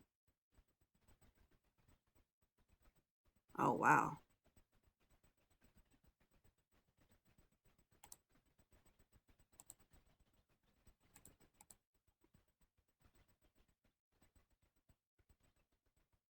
Okay, Carol. I got it. I got it. Um, wait, I'm going back. Okay, Thomas. I will, yeah, we'll be talking. And thank you. And I'll look for your PayPal.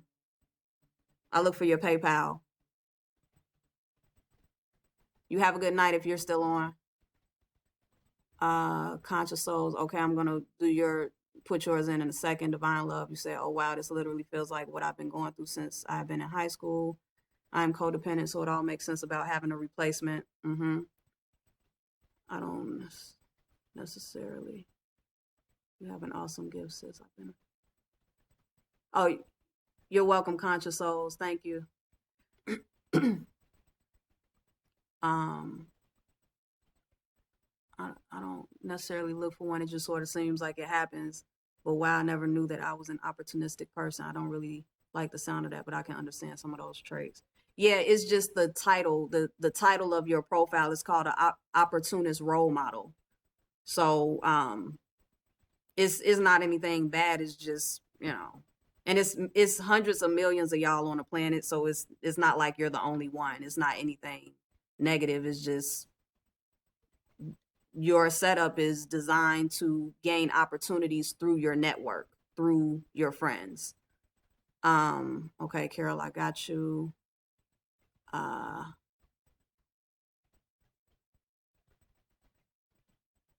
Yeah, Christina, put the link to Teal Swan's video. Put that in so that Divine Love can check it out. Doncaster, not Woundwell. Okay, let me see if it'll let me do it.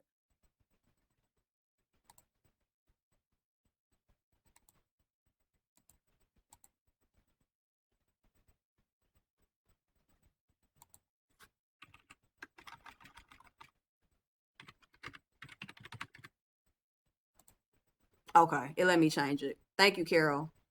Um,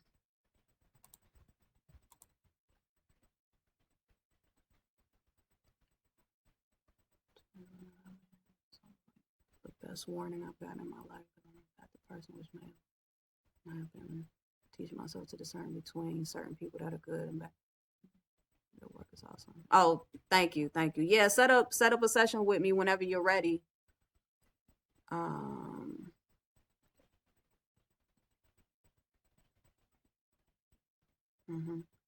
Okay, so I read through the comments. Carol,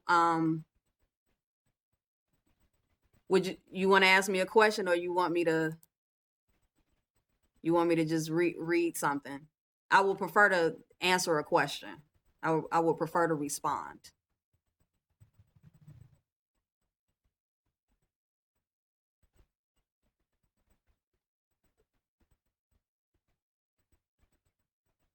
And Carol, you are power packed. I mean, yeah, your blueprint is loaded. It's loaded with all types of energy.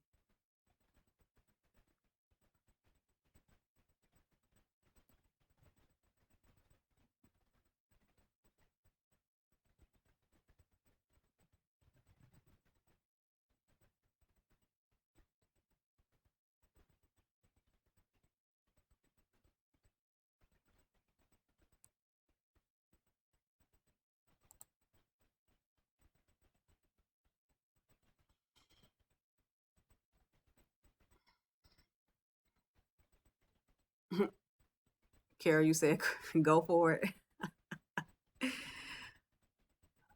Okay. What I've learned about people with your profile,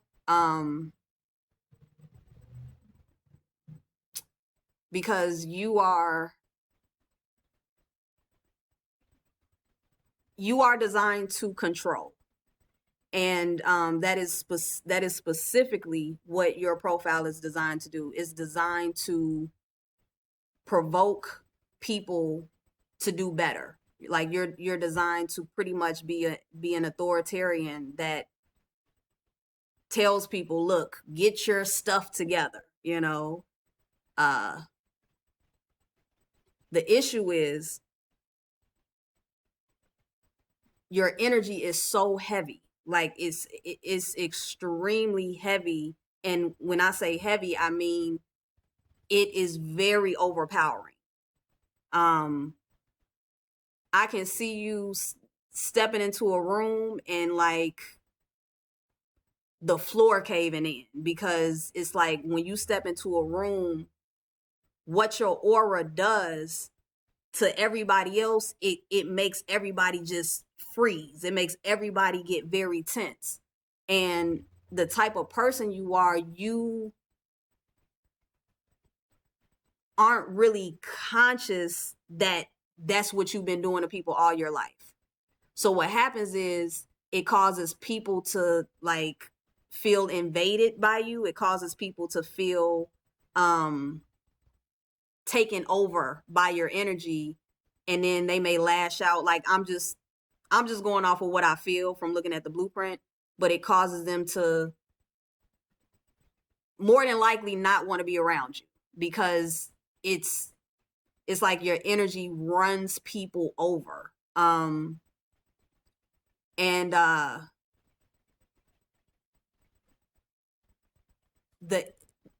the tension that you bring to others, what happens is it actually gets the tension is supposed to be put towards other people. It's supposed to, like direct people to do their jobs and get things done. But because of the backlash that you get from you not understanding this energy and then them not understanding, it actually can turn you into someone who's actually much softer than what you're designed to be. So it's like you turn that energy inward towards yourself, and you put all of this tension within your body, and that's not really where it's supposed to be. So you're supposed to be directing people. Oh wait, let me read what you said. You said, actually, I'd rather get control over myself. What what do you mean by that?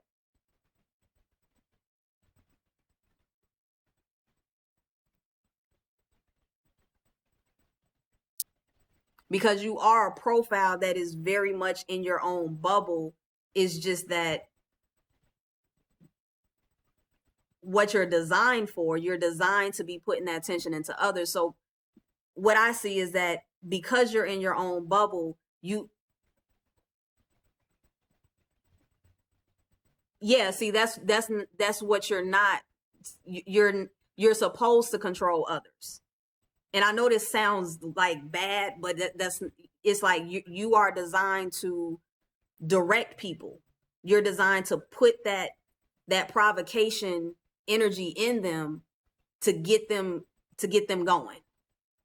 So you don't like that? and you're a little bit older, so it's like this is like a natural reaction for people with your particular setup, because it's like other people don't like it. So over time, that makes you want to go against what is actually natural for you to do, which is to, be that authoritarian and like, get people to do, their job.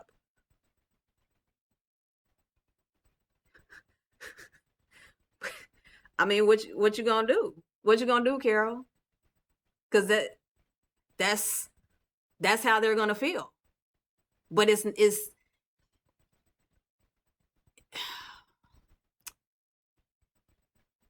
see, this is the difficult part for me, because I see the perfection in your design, but you've been on the planet for quite some time, and this is your first time hearing this, so it's almost like, nah, I don't want to be that. But I'm pretty sure if you just look at your life, it's always, your blueprint always wins. The setup and the genetic matrix of who you are, it always wins. It's just not comfortable because of what other people say and what society says. So yeah, I'll wait for you to respond to that. Christina, you said, what am I designed to be doing right now at this point in my life? Can you ask that?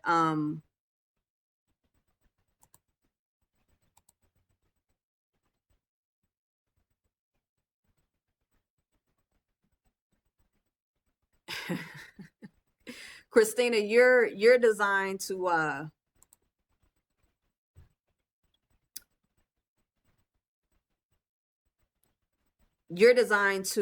point out the things that you're not pleased with. You're designed to express what you're dissatisfied with when it comes to how the collective is operating. So there's going to always be a natural dissatisfaction and a natural judgment within the way in which you look at life, because you're specifically designed to express that so that it can be changed. So that is how you are of service to people. When you see something that just, it's like, no, this is not going to work for everyone. Like you have the ability to see that. So you're naturally going to be judgmental, but you don't have to take that as a negative. You can look at it and understand that being judgmental is necessary, because if we don't judge certain things, if we say, oh yeah, that's fine, oh yeah, that's perfect, oh, it's nothing wrong with that, if you don't judge it for what it is, which could be absolute nonsense or something that is pointless when it comes to the evolution of the collective, that's what you're here to do. You're here to point that out. You say, oh my God, I've been doing that my whole life. Yeah, because it's your blueprint. The blueprint always wins. I love when people say that, when they say, oh my God, I've been doing that my whole life. Yeah, this is what you're stamped with. All right, Carol, you said then you need to direct it. Yes, you're designed to make people say, oh shit, Carol's coming. Like when that stops happening, Carol, that's when you know there's a problem. That's when you know that you have turned on yourself in some type of way. So when Carol's coming, people need to be scurrying to get into their proper positions and do whatever they're supposed to be doing. I love this. I love the reactions you all give me.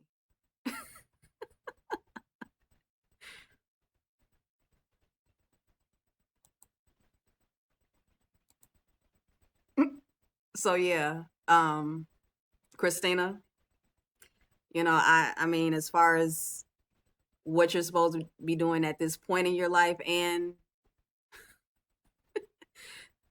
just what your movement in life is going to be, that's what it is. You're here to express that dissatisfaction and express that judgment, and hey, it's for the benefit of the collective. It's not about and keep that in mind when you do see yourself just naturally being judgmental or naturally being dissatisfied.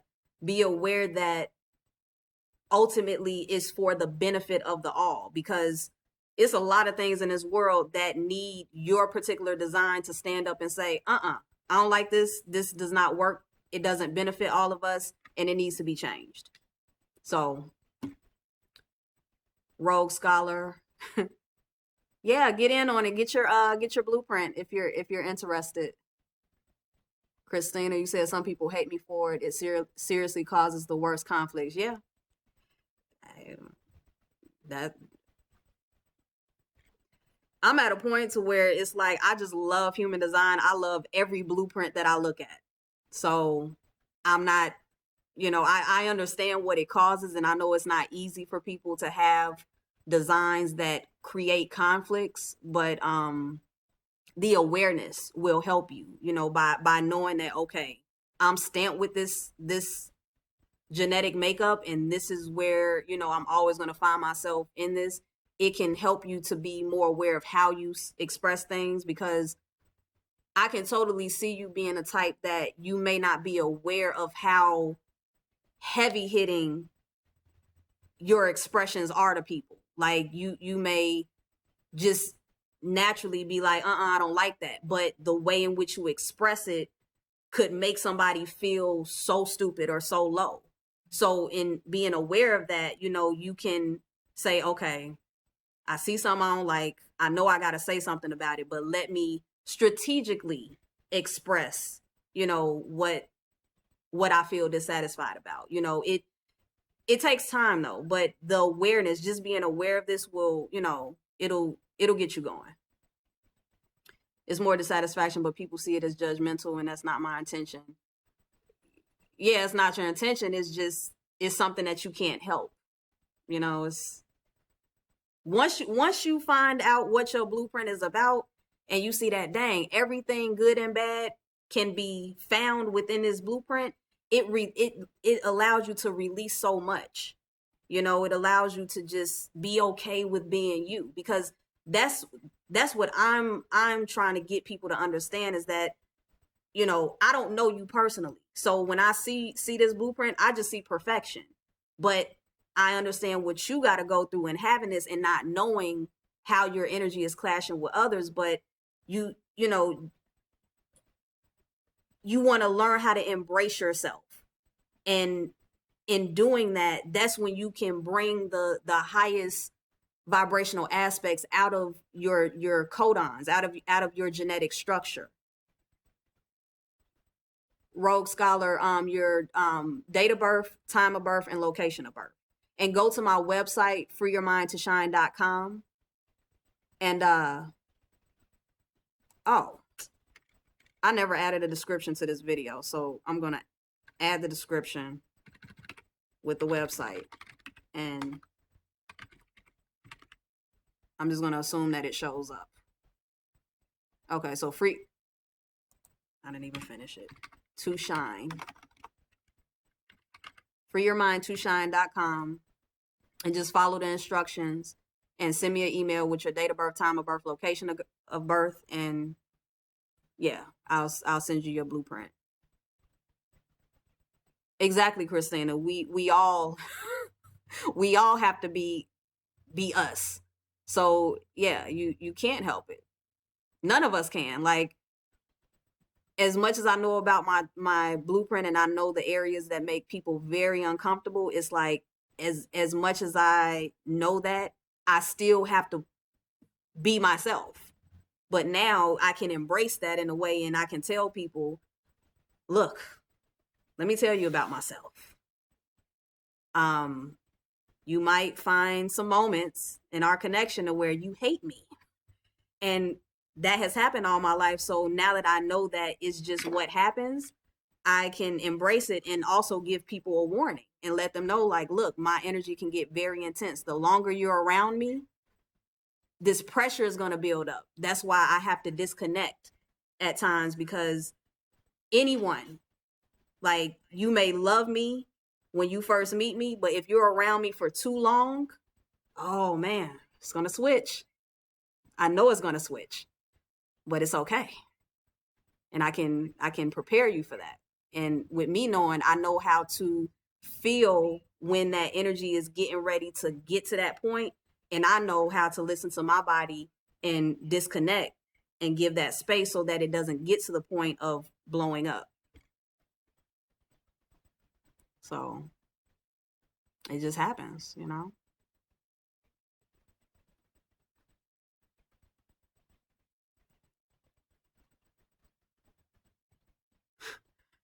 Carol, you said, please give me a break.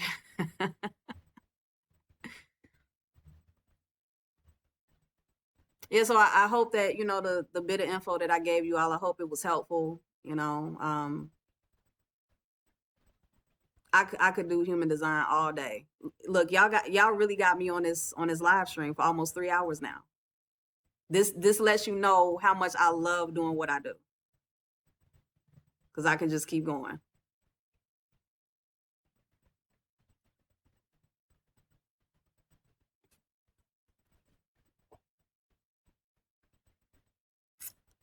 Good, Christine. I'm glad.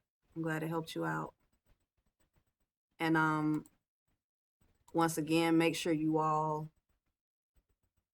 Carol, you're the only person I have an email from. So Divine Love, excuse me, Christina, make sure you all email me so that I can send you your blueprints.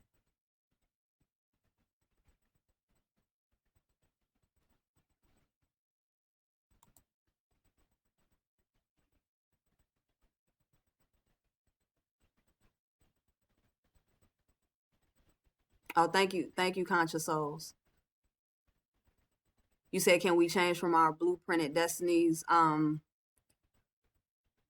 So many people ask that question. It's not about changing, because it's like you're stamped with it. It's like this is your coding. So the more you're aware of it, the more you can transcend it. So for instance, with me, I'm designed to do human design. I'm designed to be the foundation of blueprints. So human design coming into my life was something that human design chased me down, literally. Like I didn't hear about human design. Like, it literally came into my life 2 times within 3 months. So my geometry, my genetic makeup was already on a trajectory of connecting to human design. And when it was time, it came into my life. So in understanding your design, you see that, you learn that this is your blueprint. This is what you're going to have. But you learn how to transcend it. You learn how to bring out the best in it to where you don't want to change your design. Because the only reason people are interested in seeing if they can change their blueprints is because they've never embraced it. They've never learned that they were perfect. They never learned how to maximize, you know, from their design. So in learning about it, you get to maximize from it, and you realize, like Divine Love, how you said, you know, I don't like the fact that I'm an opportunist. I don't, you know, and that's because the outside world has implanted that. the outside world has put a negative connotation on being an opportunist, whereas when you understand how to operate within your design and get the best out of being an opportunist, then you learn to love yourself for who you are. So you're not going to even worry about changing it. You're just going to get the best out of your blueprint, because everything that you need. Okay, conscious souls, I got you. Everything that you need is already embedded within the design. All of the money that you need, all of the resources, all of the friends, everything that you need is embedded in your design. But what's happening is people are not aware of this. So they're searching for everything outside of their lane. They're looking, to do things that have absolutely nothing to do with what they're designed to do. And when I say the blueprint always wins, it always wins. Because even as you're trying to get in this person's lane or do this because these people are doing it on TV, or because your mother did this, or because your friends are doing this, you will still find that everything that you have done is still right there in the blueprint. So you can't get away from it.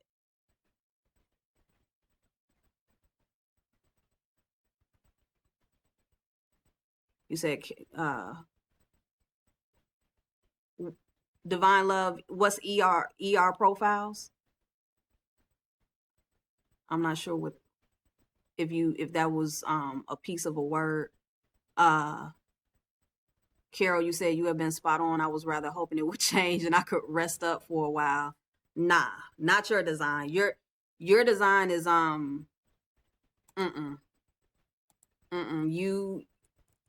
you are very busy, like literally a busy body. Your body is busy, very, very busy. And another thing is that you're designed to be an educator as well. Like, you have a lot of teacher activations within your design. And you're set up to make money. That's another thing. You're set up to gain materials, money, and have the drive and have the consistency to actually get it done. Another thing, Carol, just this is, I kind of find it fascinating, but you have the activations that are specifically designed to breed animals. Now, I don't know if you have animals or if you've worked with animals, but you have the activations that breed animals.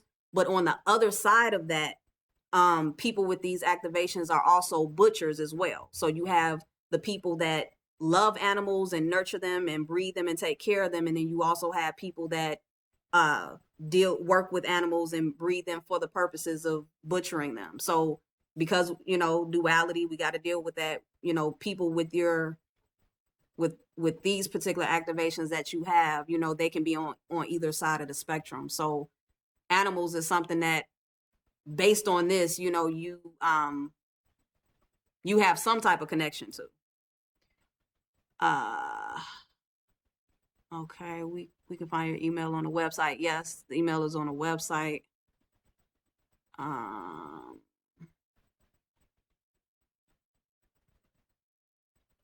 Okay, Erica, take your time, and when you get the time of birth, just just let me know. Marilyn Bradley, hi. Am I am I as much of a troublemaker as they say I am? I don't want to be in denial. Marilyn, do I have your do I have your blueprint?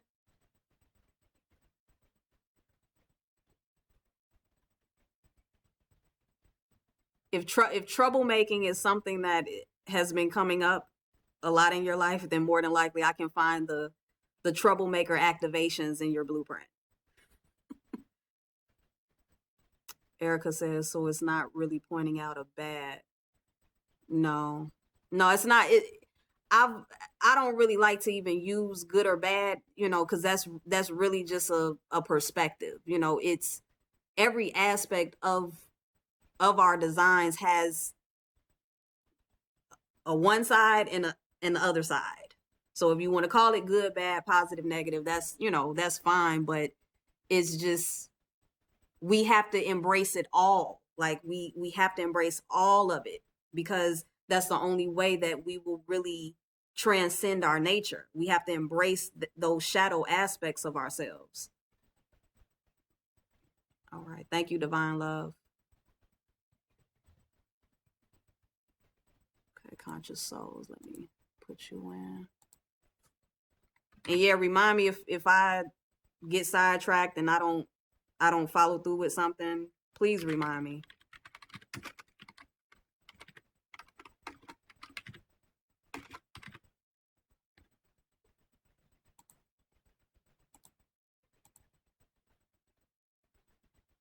Or 2893, 8:15 p.m. Washington, D.C.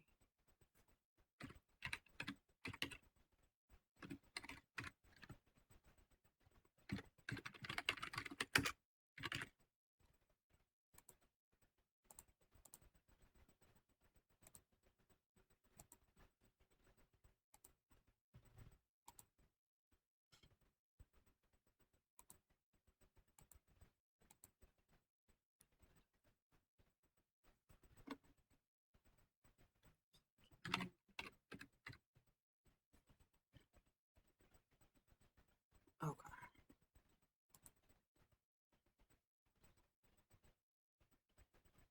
Oh, conscious souls. Okay. I've been looking for one of you. All right. Yeah, I've been looking for one of you. Wow.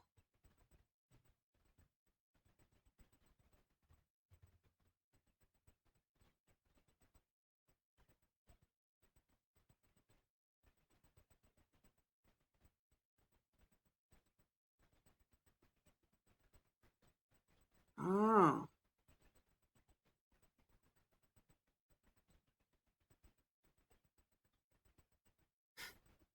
this is amazing. Wow. Conscious souls. Okay.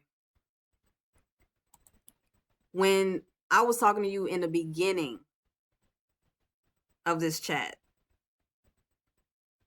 and you were talking about, you brought up the tobacco issue that you're having. My intuition told me to tell you that in our genetic matrix as human beings, we have a particular DNA codon that is basically the DNA codon of addiction. And this particular, I know a lot of people, that have this gate. So this particular codon is located like in the I don't want to confuse you. Basically, the dominating DNA codon within your blueprint is the gate of addictions, basically. And it's just so crazy how when you told me about the tobacco, like that's the first thing that came into my mind. I just didn't say anything. But because I like to be sure before I speak, I want to make sure I'm looking at a blueprint before I say anything. But that is what you're dealing with. You have this particular activation causes you to loop. It causes you to do the same thing over and over and over and over again. And that's really what addictions are about. Addictions is really mental. And what happens is the way this activation works within your blueprint, as you're doing the same thing and thinking about the same thing over and over again, there's always a change that happens because mutation has to occur. That just, that's natural as we continue to live. So let me give you an example, conscious souls. Let's say that you let me try to find something simple. Let's say that you have a habit of going into the kitchen, turning the water on for 3 seconds, turning it off, and then going in the living room and sitting down for 5 minutes. Let's say that that's just something that you do every single day. So you do this over and over and over again. The loop that this activation causes, it causes you to not recognize that something within the loop has changed. There's been like a shift within that routine that you do. So you may not notice that as you do this routine, you may not notice that your wall is now a different color, or you may not notice that something within the pattern, this looping pattern, has shifted. So you'll just keep looping, and then randomly in some moment you'll say, oh, aha, I get it.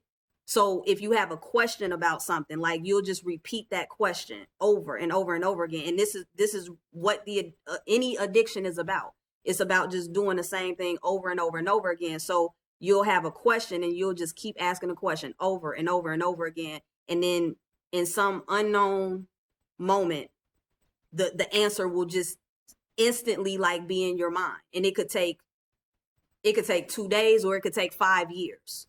So it's about the loop, and that's you have a very tricky design, but just the fact that like your leading dominating gate within your blueprint is the gate of addictions, and like that's what your conversation started off with. That, I mean, man, I love this. I love human design because it's the truth. I mean, it never fails. It never fails. Wow.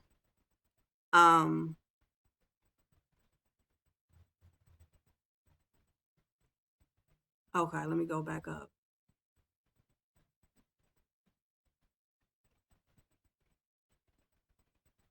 Oh, and to answer your question, because I went straight into that activation in dealing with a life partner.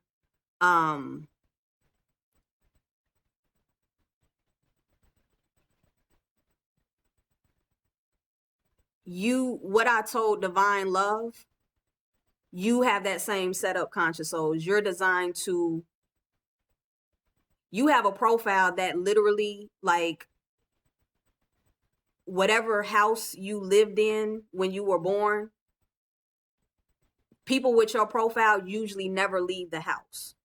So it's natural for you. Like, when you hear about people that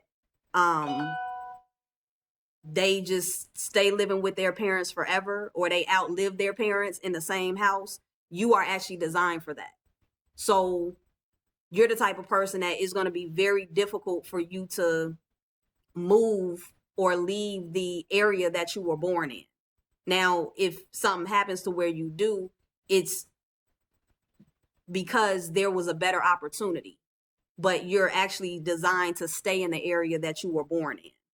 When it comes to a life partner, I don't know if you've had a partner already, but it's the same thing. Like,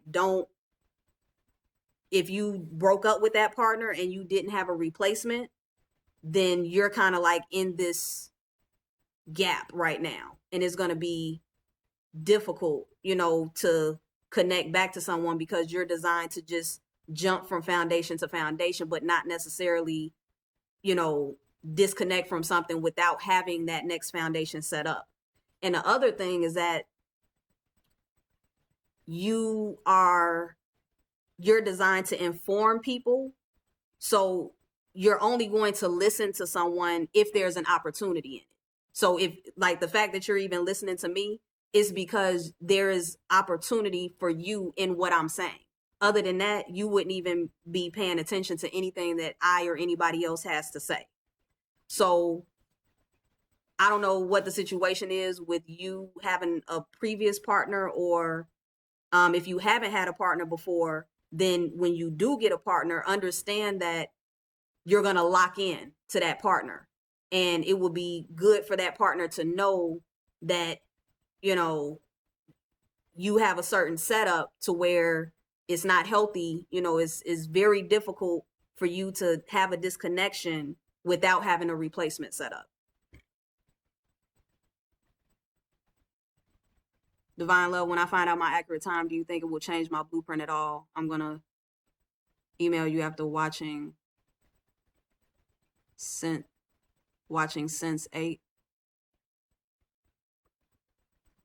Email. I'm gonna email you after watching Sense 8. I'm not sure I'm not sure what the last line means, but you said, wait, what did you give me? You gave me 3 a.m. Um, let's see, your profile, Divine Love, your profile doesn't change until,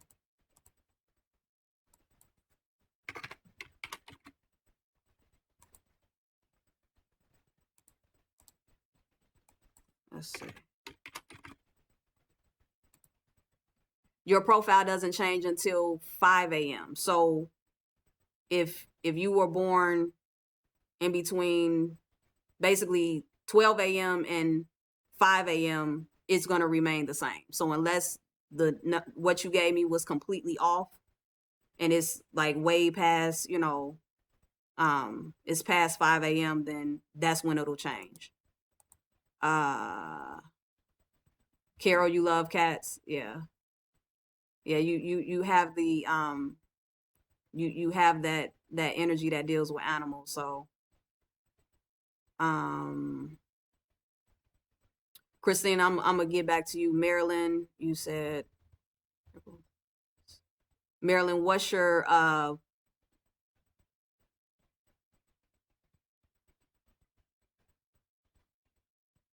is it two Marilyn Bradleys or did you just change your profile picture? Because I see a Marilyn Bradley with one picture and then another Marilyn.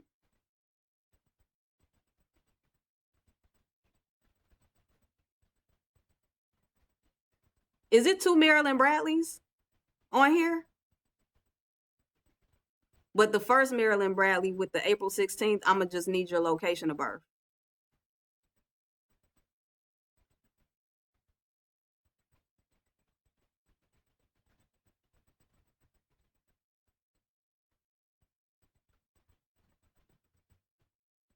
Oh, wait. Okay, all right, let me put this in.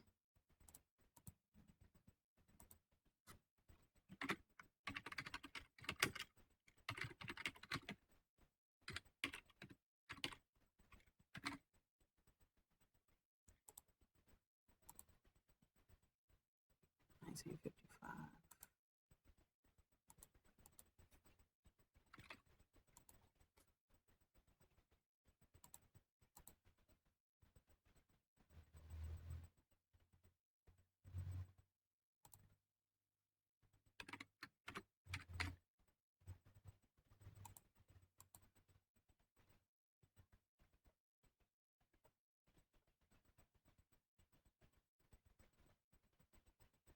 Oh, okay, got you, Maryland. All right, Los Angeles. Um,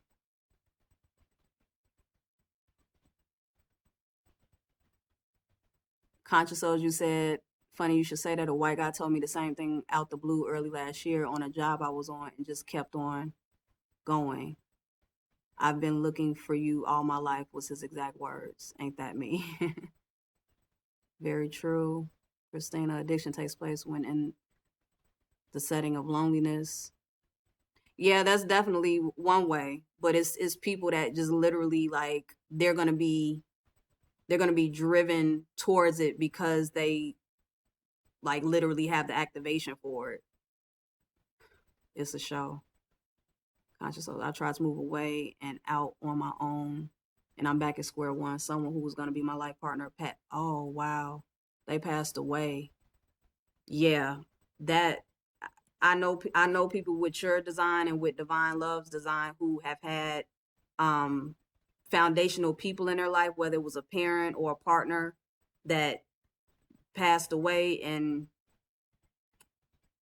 it is very difficult for you all to like get back into a solid foundation and when it comes to the relationship. That's yeah.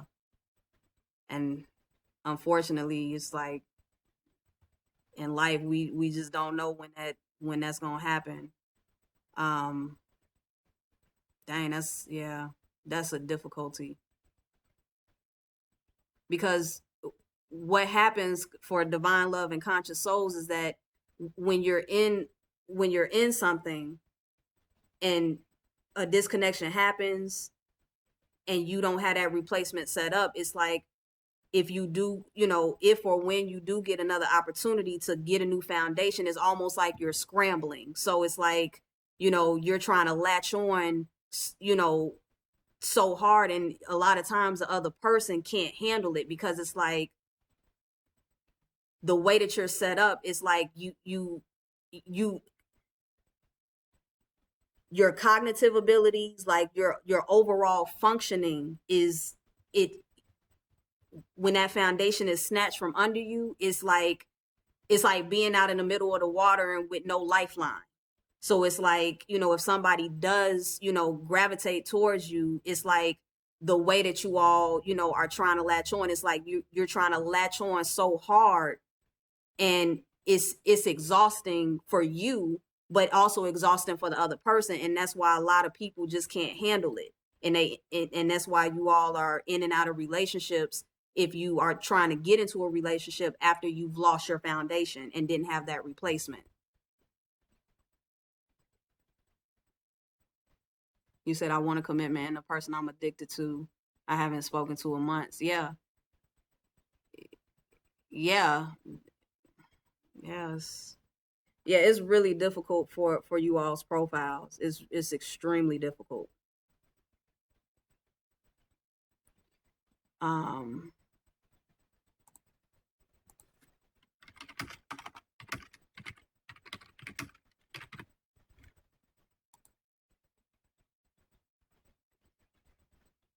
Marilyn, I've been looking for one of you. I'm fine. Oh my goodness. Yes. Like I've been looking for conscious souls. I've been looking for a profile like yours, Marilyn. I have been looking for one of you. Oh man. First of all, let me say this. Congratulations. Congratulations for making it this far, because you have the profile that out of all of the profiles, it's 12 profiles in the human design system. You have the profile that is the most chaotic, and it's designed like that. So it's not, this is nothing that I say is a negative, but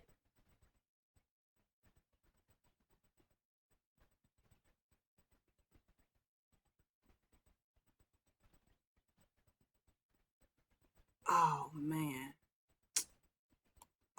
I knew this was going to happen.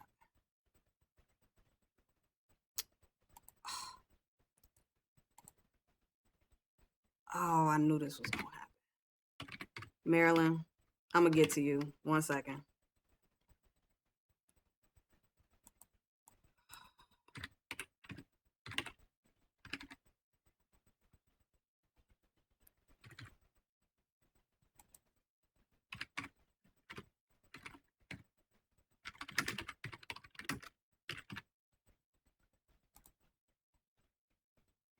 Okay. I can't explain to y'all what just happened. It's just my software. It shuts down sometimes, my human design software. And when I pull it back up, it has everything scrambled. So I can only see certain things. But anyway, Marilyn, you definitely, I really recommend you get with me. I mean, I really recommend it, because the way that you're designed, it is you're not designed to be able to sit still. You have the most by design, you have the most chaotic profile out of all the profiles, because you have the profile that is the transitional profile. And what that means is that your profile is never really here.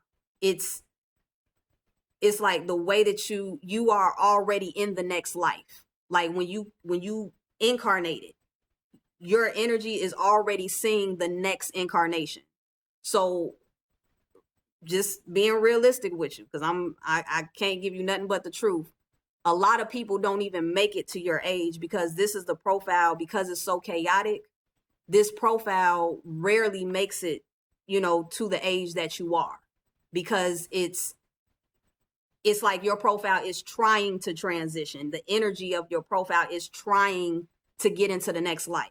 So it's never fully grounded. It's not designed to be grounded in this life.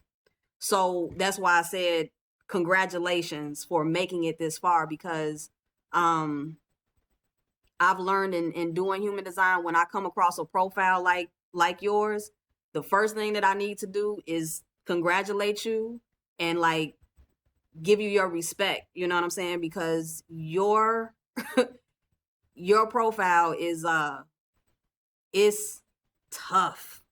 It is tough. But it's not a coincidence that you're gravitating towards this.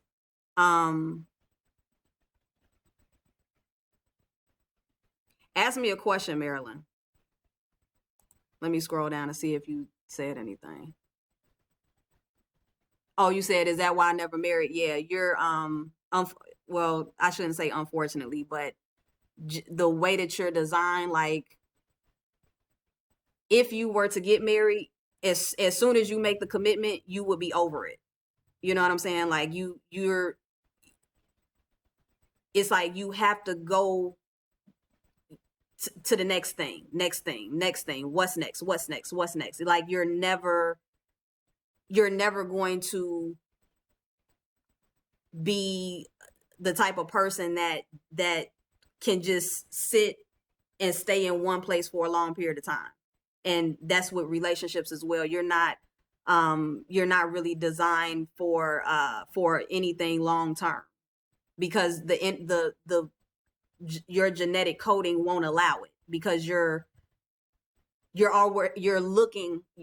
already looking into something else. So you can let me know your feedback on this, but I would assume that you're the type of person that you naturally get insights into other worlds and dimensions, because you're not really here. You're here on Earth, but you're not. Like your awareness and your energy is like there. It's going to the next thing. So you naturally, I know a 6'3" who I'm closely connected to, who's I think she's like almost 60, and she's so gifted, like as far as like the stuff that she can see, and it's just because that she's just really not connected to the earthly plane. She can't be. So I wouldn't be surprised if you see a lot of the stuff that other people can't see in other realms.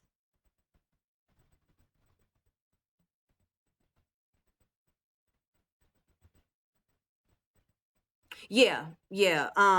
For I don't know if you're familiar with the group TLC, but Left Eye was your profile. And what's interesting is that in 2014, I had a experience in another realm with Left Eye, and she directed me to her human design. Like she told me, she said, look at my human design. Like she gave me that message, and it was crazy because I was able to find her exact time of birth. And when I pulled it up and I saw that she was a 6'3", like my whole body just kind of like,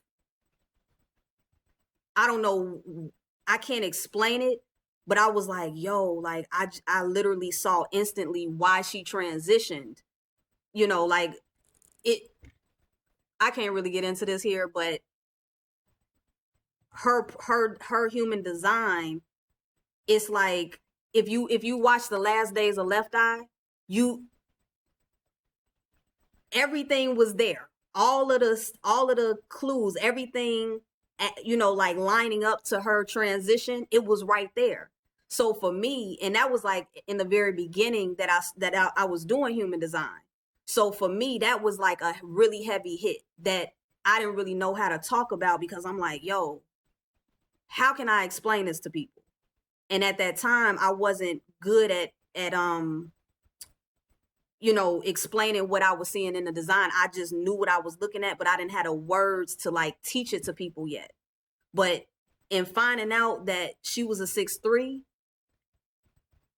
I'm saying 6'3", like, you know what I'm talking about. But in finding out that she was your profile, and just seeing everything that we saw on TV about Left Eye, everything that we saw in the last days of everything that we saw, publicly from her, it was like it's in her blueprint. And when I saw how much her energy was like pushing for transition because she didn't really have a choice, I was just, it was very emotional for me. It was very, very emotional. But for you, Marilyn, I would definitely recommend that you study Left Eye.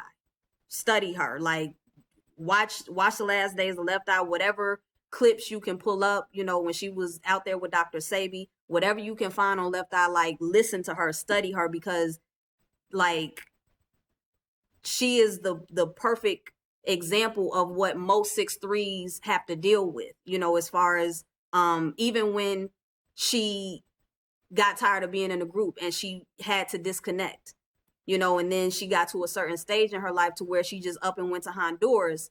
But it's like she was back and forth. She was back and forth from, coming back to the United States and then going to Honduras. It's like, if you just really pay attention, you can see the chaotic energy that she was dealing with, and that will really help you to understand and to kind of bring peace to your energy, because it's not a suicidal, you're not, like you said, you're not suicidal, but your design is just, it's the transitional profile. So it's like, there's always going to be an energy of you're going to always be ready to, to go to the next thing, because you're not, this world is not really for you. And I have another friend who has a son who is like 15, and he's just, it's almost like your profile already has collected the experiences. It's like when you come in, your profile already has the collected human experience, and you have to like grow up always trying to get into something that is not here on this plane, so it's deep. Is really, really deep. But the person who I'm working with, who has a teenager that is this profile, he is anything that he puts his hands on, it's like he's already a master of it. He's already he just already knows it. And his mother's concern is, because when I explained this to her, she was like, oh my God, like, he is just always in the clouds. His head is always in the clouds. And I'm always worried about him, because it's like, I can see that he's just not here. Like, when he goes outside, it's like he doesn't really pay attention to what's going on around him. And your profile is naturally prone to accidents, which is why Left Eye died in a crash. And right before that, she had she killed the little boy. So it's like your profile is designed to get bumped into and to bump into things. So it's like impossible for you to not fall or to bump into something in some type of way, whether it's a small bump or like you break your leg, or like your profile is designed for crashing. It's designed for like getting the worst type of injuries and all of that. So yeah. But Marilyn, get with me if you can, because I know you're gonna be on the go now that I see your design. But if you can, get with me.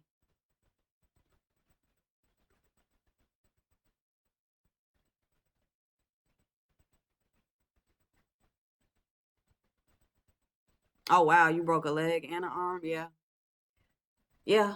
Your pro. That's your profile, and it never ends. That's the thing. It's not like it's not like it goes away. You know how like some people will have a stage to where they just have a lot of injuries, but then they'll kind of balance out. Your energy isn't designed for that. So, just as much as you was bumping into things in your younger years, like that could easily still happen. So it's one of them things to where I just know I'm supposed to be telling you this, but I also have the awareness that, we're in the moment, and it's like life is taking all of us. But I'm gonna be thinking about you. And I just really, I just really hope that whatever, where can you find me? Freeyourmindandshine.com. I put in the description box my website. I just don't know if it popped up like on you all's end, but freeyourmindandshine.com. And follow the instructions and send me the information for your blueprint so I can email it to you. And everybody else too, make sure you all email me your information so I can email you your blueprints. But Marilyn, you take care of yourself. You it's like I want to tell you be aware, be on alert, but it's like, your design is gonna run you, but just take this little bit of what I said and just, take care of yourself.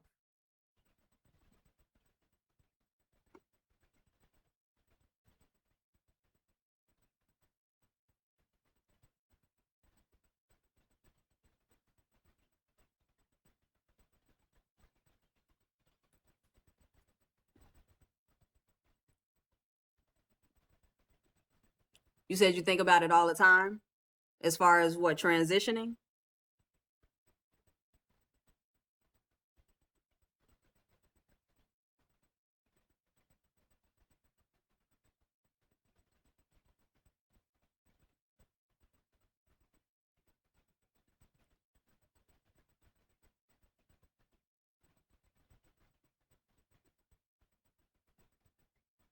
Accidents.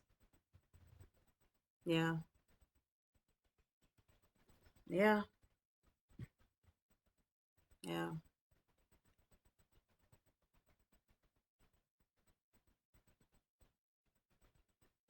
Oh,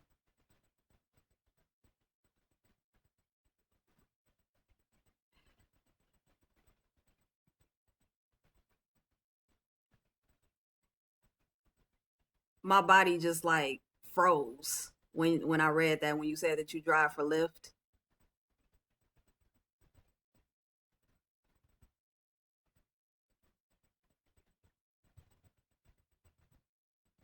Oh.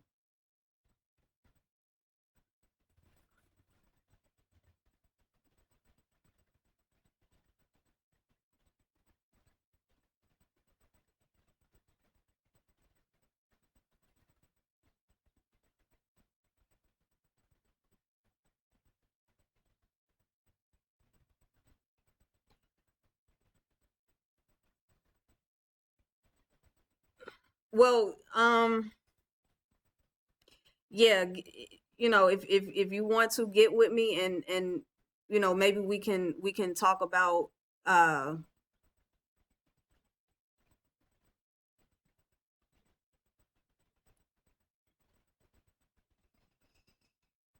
uh yeah, I'm sorry, I feel a lot of resistance in my body.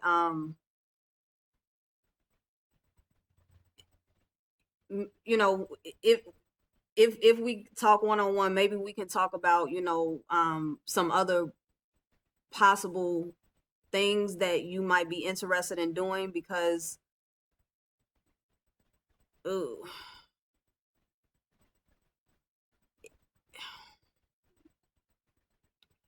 yeah, yeah, you're always walking a tightrope, but when you're I mean, I know you didn't know this before now, but being a driver, for Lyft is like you're responsible for other people's lives, you know.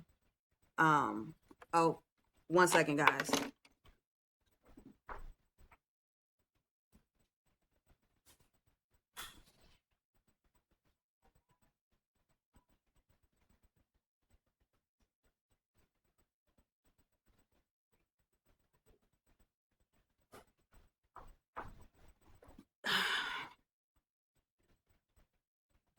Yeah, but Marilyn,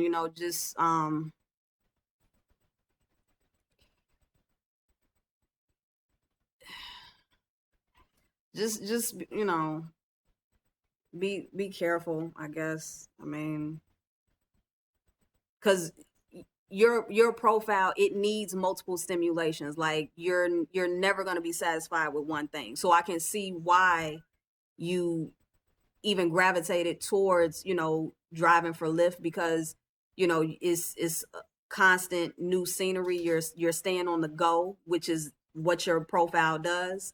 And you're not dealing with the same person over and over again, because that would drive you crazy. So I see why you gravitated towards that. But my concern is just the people, the random people that are in the car with you. And your energy, because you're not doing anything wrong. So don't take it like that. You're not doing anything wrong. It's just your energy can't help but to walk the tightrope. It can't help but to be right there on the edge of like leaving this life. So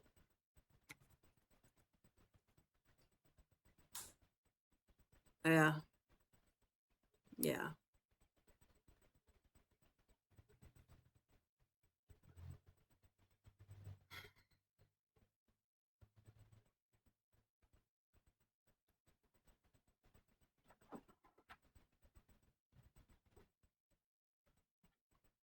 Cause for you, Marilyn, like it can come from so many angles. Like, the stuff that bumps into you, like when as far as like being robbed, that's something that bumps into you. Things are designed to bump into you and to cause injury. So that can come in so many different ways.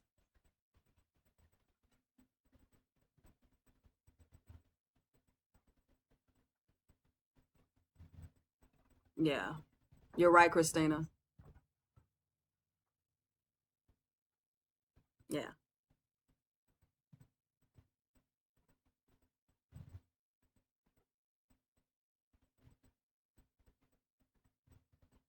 But Marilyn, I'm gonna, I'm not gonna stay on this. If you want to, get with me one on one. Um but just, be aware and take care of yourself. Because everybody, the people, your mother has been worried about you since you were born, because you've been all over the place since you were born. And yeah, it stresses the people that love you. It stresses them out. Cause I'm over here feeling a little bit stressed myself. My body is all tight, so it's like, yeah, just take care of yourself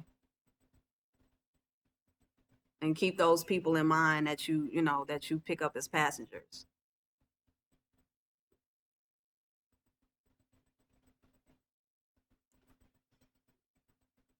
All right. I could keep going, but I'm gonna shut this down. I thank you all for just being on here with me. Troublemaker, yes, yes, definitely a troublemaker.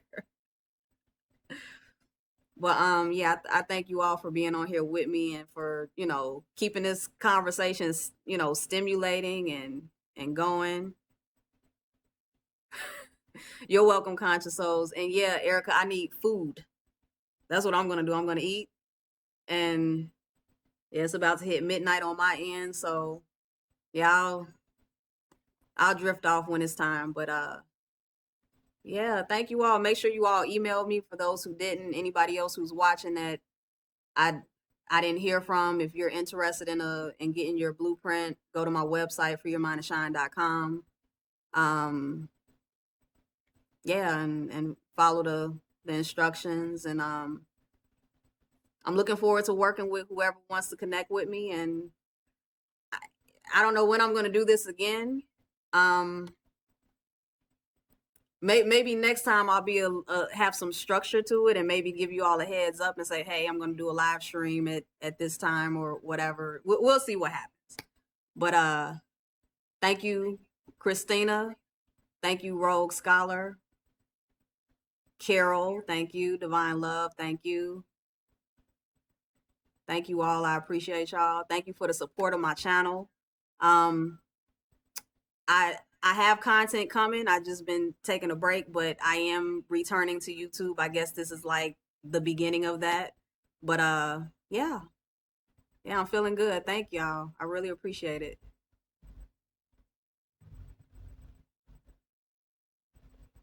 Thank you. Yeah, this was really good for like a first time. So yeah, we should definitely do it again.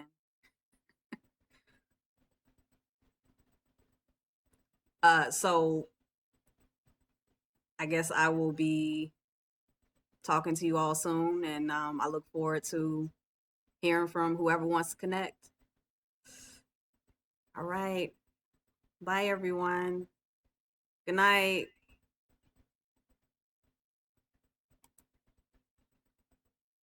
Let me see if I can figure out how to stop this. Let's see if I can do that. Can I end the live stream?